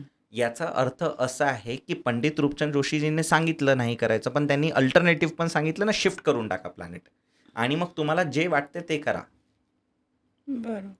मग पूजा नाही करायची म्हणजे फक्त हात जोडा आणि पळा म्हणजे बसायचं नाही, स्थान ग्रहण Yes, करायचं पण नाही वगैरे असं असं? नाही आहे आपण हां, प्लॅनेटला शिफ्ट करून पूजा पाठ व्यवस्थित करू शकतो करू शकतो. मी भरपूर क्लायंट्सला पूजा नाही थांबवली आहे तेच ना. आणि त्यांचं एकदम जे ॲटिट्यूड आहे की कंटिन्युअस पूजा पाठ करत राहणं ते पण मी नाही थांबवलं आहे बरं. आणि दानधर्म? दानधर्म करू शकतो कारण त्याच्यामध्ये पण प्लॅनेटची शिफ्टिंगची विधी येतो बरं. येस तर दानधर्म करायला हवं असं काही प्रॉब्लेम नाही आहे हं, राईट बिलकुल करंट कर्मास त्याच्याने तुमचे चांगले होतात हं. आणि असं फक्त एवढं आहे की तुम्ही तुमच्या काही गोष्टी फॉलो करा बरं. जसं फॉर एक्झाम्पल कोणत्या कुंडलीमध्ये खाना नंबर 6 मध्ये हम्म. किंवा 8 मध्ये चंद्र बसलेले आहे. तर असं म्हटलं जातो की दूध तुम्ही कोणाला डोनेट नाही करायचं, मिल्क कोणाला डोनेट नाही करायचं. हम्म. तर या थोड्या थोड्या ज्या गोष्टी आहे ना, हे नियम फक्त फॉलो करायचे आहे लाल किताबचे. बरं, म्हणजे घरचीच रेमेडी लाल किताबमध्ये दिलेल्या आहेत जास्तीत जास्त. एक्झॅक्टली. बरं, पूर्वजन्म आपलं झालं, पण ते पूर्वजांना म्हणजे पितरांना खुश ठेवणं हे खूप महत्त्वाचं आपण मानतो. त्यासाठी आपल्या अक्षय तृतीया म्हणा, पितृपक्ष, अमावस्या म्हणा, हे ते किती कारक ठरतं? एक्झॅक्टली. कारण आज आपण इथे आहो आपल्या पूर्वजांमुळे आहो, राईट? बरोबर. आणि आपण त्यांना डायरेक्टली रिस्पेक्ट नाही करू शकत. हम्म. जसं आता मी इथे तुम्हाला थँक्यू म्हणू शकतो. हम्म. पण व्हॉट अबाउट माय पूर्वज? मी त्यांना थँक्यू नाही म्हणू शकत, राईट? हम्म. बिकॉज मला नाही माहिती ना ते कसे दिसत होते, काय Correct. करत होते. हम्म. तर येस, डायरेक्टली और डायरेक्टली आपण जे पूजापाठ करतोय त्याच्यामुळे आपण त्यांना एक ग्रीटिंग देतोय की धन्यवाद, आज आम्ही तुमच्यामुळे आहो. हम्म. त्याकरिता खूप खूप धन्यवाद. आणि आपण ते एक प्रोसेस कंटिन्यू ठेवायची. लाल किताबमध्ये लाल रंगाचा तर आपण त्याबद्दल बोललो. पण काळा रंग युजली काही लोक असतात किंवा बऱ्याच लोकांना काळा रंग आवडतो. पण म्हणतात की पूजापाठमध्ये किंवा इन जनरल तुम्ही काळा घालू नका किंवा काही काही वेळेला तुम्ही रेमेडीज सांगत असाल. तर खरंच काळा रंग हा वाईट आहे का? बघा, मी तुम्हाला सांगतोय कसा इफेक्ट होतोय. आपल्या कुंडलीमध्ये काही देव स्वरूपी ग्रह आहे, हम्म. काही राक्षस स्वरूपी ग्रह आहे. हम्म. देवांची सेना वेगळी, हो. म्हणजे देवग्रहांची सेना वेगळी, वेगळी. राक्षस ग्रहांची सेना वेगळी. हां. देवग्रह कोणते कोणते येतोय? आपलं चंद्र, हम्म. सूर्य, गुरु. गुरु, मंगळ. हम्म. बरोबर. हम्म. राक्षसमध्ये कोण येतो? शनी, शुक्र, राहू, केतू, बुध. ठीक आहे, ही टीम वेगळी. शुक्र पण राक्षसमध्ये येतो. एक्झॅक्टली. राक्षस ग्रहांचे तर ते देव आहे, बर. Right? Venus is the king of malefic planets. Malefic planets आपण डायरेक्ट नाही म्हणू शकत, हम्म. कारण आपल्याला बनवतात, घडवतात पण हे प्लॅनेट्स. हम्म. पॉझिटिव्ह असेल तर आपल्याला हे रिझल्ट देतीलच 100%. बरोबर. बर. हम्म. तर आता कुठे येतोय बघा, आपण पूजापाठ करताना कोणते कपडे घालायचे? हम्म. देव स्वरूपी प्लॅनेट्सचे कपडे घालायचे. पिवळे, हम्म. भगवे, राईट, पांढरे, है ना? हे 3 कपडे आपण धारण करू शकतो. आणि लाल? लाल, व्हेरी गुड. रेड करू शकतो. रेड बहुतेक कोणीतरी कोणता धर्म तरी यूज पण करतोय बहुतेक पूजापाठसाठी, बर. राईट? हम्म. बहुतेक राजपूत पण थोडासा रेड कलर. हां, रेड कलर. येस. आता इकडे कोणते कलर आपण यूज नाही करू शकत? हिरवे, बुध, हां. काळे, निळे, हम्म. शनी, क्लिअर, राहू, केतू, ब्राऊन, बर. शुक्र सिल्वरी व्हाईट. भरपूर लोक सिल्वरी व्हाईट ऑफ व्हाईट ज्याला म्हणतात तर नाही, सिल्वरी व्हाईट. Silvery white. अच्छा. व्हाईट सिल्वर कम्स अंडर शुक्र, हां. व्हाईट कम्स अंडर चंद्र ॲज वेल. बर. बरोबर. हम्म. तर हे कलर थोडेसे अवॉइड करायला पाहिजे, पूजा कारण वगैरे हे करत राक्षस स्वरूपी ग्रहांमधले कलर आहे. हम्म. हम्म. तर हे कोणी डिफाईन नाही केलं आतापर्यंत. सगळे सांगतात की हे नाही घालायचं, हे नाही घालायचं. पण का नाही घालायचं? हम्म. कारण हे राक्षस स्वरूपी ग्रह आहे आणि हे देव स्वरूपी ग्रह आहे. हम्म. तर राक्षसांचे जे ग्रह आहेत त्यांचे कलर अवॉइड करा हम्म. आणि यांचे कलर फॉलो करा. पण आता हे पूजेमध्ये झालं, पण इन जनरल असं कुठेही वावरताना काही काही लोकांना असं असेल की हा कलर तुमच्यासाठी वर्ज्य आहे. तर येस, थोडेसे का? लाल किताबचे नियम जे आहे ते खूप जास्त अप्लिकेबल असेल. फॉर एक्झाम्पल, कोणाच्या कुंडलीमध्ये सूर्य हे खाना नंबर 1 मध्ये म्हणजे फर्स्ट हाऊसमध्ये असेल ना, हम्म. त्या लोकांनी कधीच काळे कपडे नाही घालूया, कधीच नाही घालायचे. अच्छा, रिपीट कुठला? सूर्य खाना नंबर 1 मध्ये म्हणजे sun in the first house, okay. सूर्य पहिल्या घरी. हम्म. या लोकांनी काळे कपडे कधीच नाही घालायचे, कधीच. घालायचेच नाही. अवॉइड. हम्म. इन जनरल पण अवॉइड करा, असे पण अवॉइड करा. बर. क्लिअर. या लोकांनी सूर्य फर्स्ट हाऊसवाल्यांनी अल्कोहोल सोडून द्यायचं, हम्म. नॉनव्हेज सोडून द्यायचं, हम्म. अदर ॲडिक्शन्स सोडून द्यायचे, तळलेल्या वस्तू पण सोडून द्यायच्या. तळलेल्या वस्तू कम्स अंडर सॅटर्न. तुम्ही नॉनव्हेजचा विषय काढला, तसं तर प्रत्येक दिवस हा कुठल्या ना कुठल्या देवांचा आहे. मग तुम्ही त्याला कसं डिफाईन कराल की या दिवशी खायचं आणि या दिवशी? कारण सोडूनच टाका असं शक्य नाही आहे काही लोकांसाठी, Correct. नसतं कधी. पण पूर्ण 7 दिवसांमधला प्रत्येक दिवस कुठल्या ना कुठल्या देवांचा आहे. मग त्यावेळेला तुम्ही काय सांगाल?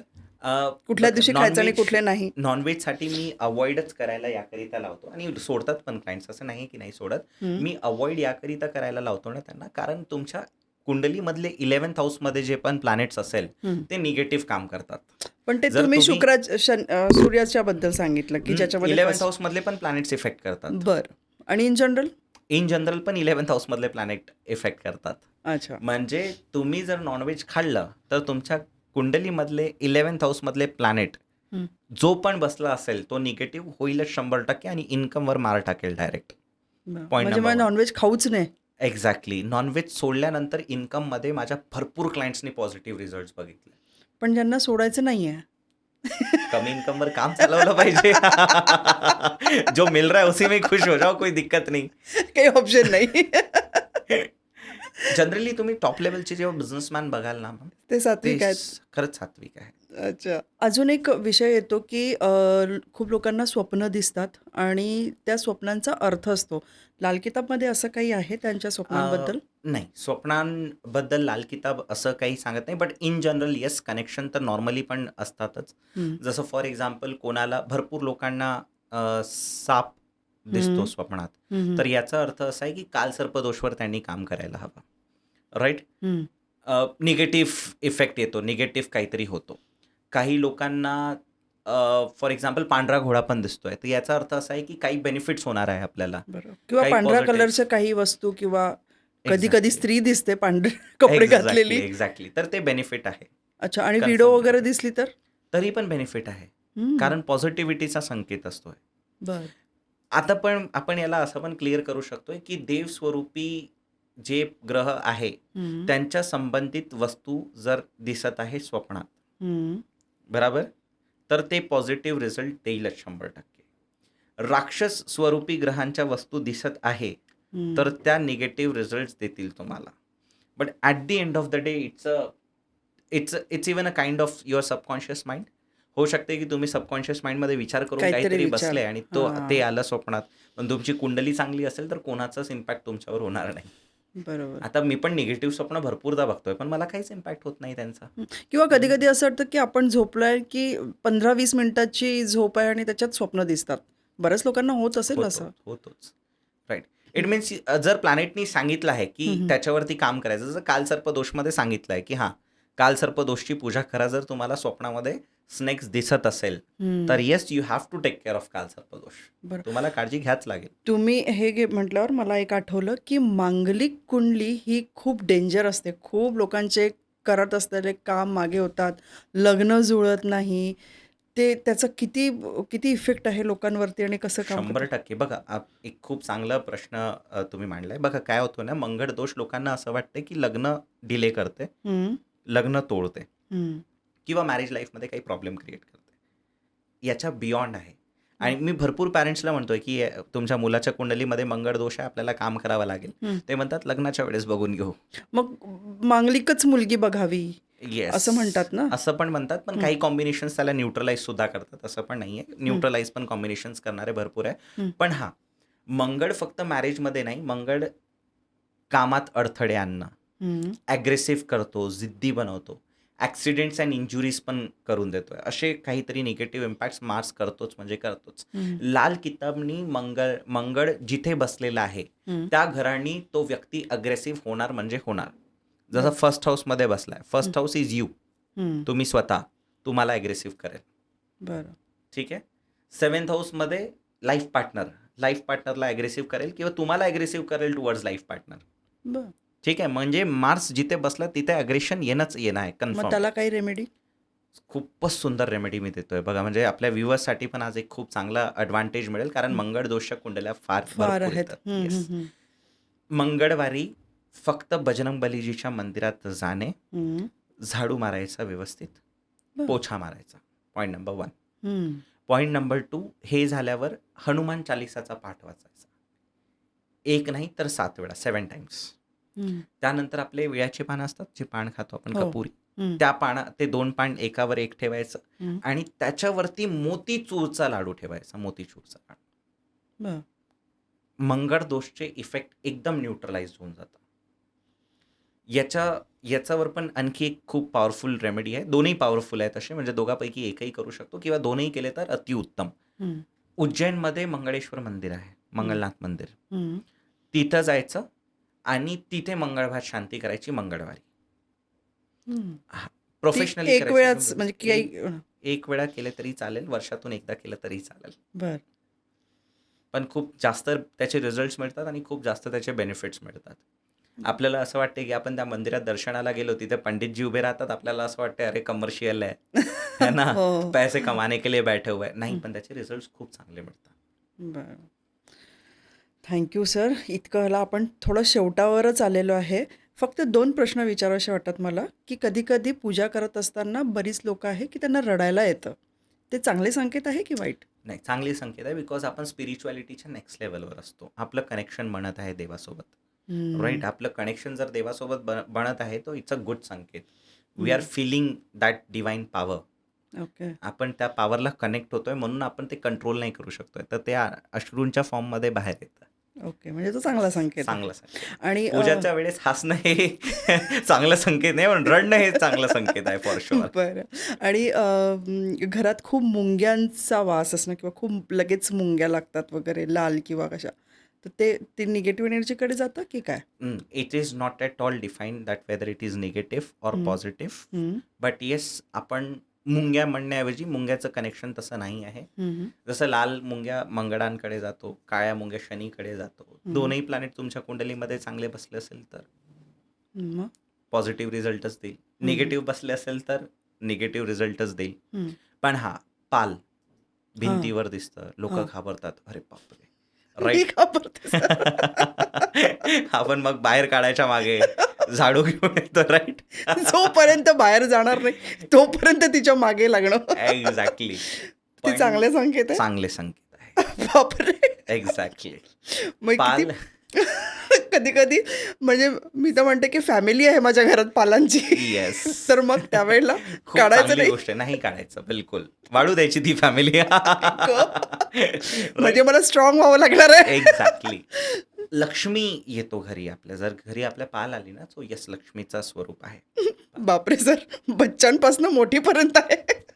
खूप चांगली गोष्ट आहे.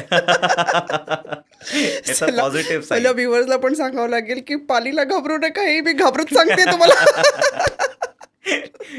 Yes, for sure. Thank you sir. खूप मजा आली. छान वाटलं. तुम्ही वेळात वेळ काढून आला. ॲक्च्युली 1 महिन्यापासून हा आपला वेळ ठरला होता. आणि माझ्या या थ्रूआउट द पॉडकास्टमध्ये लक्षात आलं आहे, की सेवाधर्म आणि पूजापाठ किंवा आपले कर्म हाच लाल किताबचा उद्देश आहे व्हेरी आणि गुड. ते आपण करत राहायला पाहिजे. अगला जन्म किसने देखा है. त्यामुळे इथूनच सुरुवात करा. Very good. मी असं सांगेन लोकांना. आणि म्हणजे कर्म करत राहा. मग अशा वेळेला मग कुठल्याही ॲस्ट्रोलॉजरकडे किंवा कुठलीही वेगळी विद्या शिकण्याची गरज पडणार नाही. सेवा करा घरच्यांची, मोठ्यांची आणि व्हेरी गुड. व्यवस्थित राहा. Exactly. Thank you so much sir, तुम्ही आलात. तुम्हाला पॉडकास्ट कसा वाटला तो आम्हाला नक्की सांगा आणि तुमचे काही प्रश्न असतील ते कमेंट्समध्ये सांगा, विचारा. सर नक्कीच त्यांचं उत्तर नक्की देतील. धन्यवाद सर.